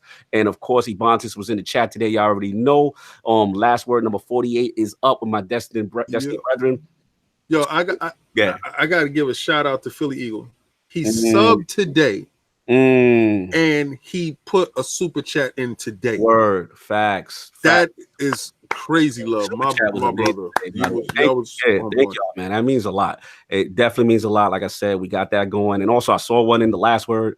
You know, again, we talking that Anthem, we talking that Division, that Destiny. You know what I'm saying? And shout out to y'all giving positive feedback to the graphic guard, man, for the art. That was beautiful. Yeah, that was beautiful. Give me that little shadow dancer feel in the woods. Yeah, I like that. Cheetah just looking at you. Know what I'm saying? But that's all I got, Lords. Everyone enjoy your Sunday. Yes, Dizzy, big things are coming.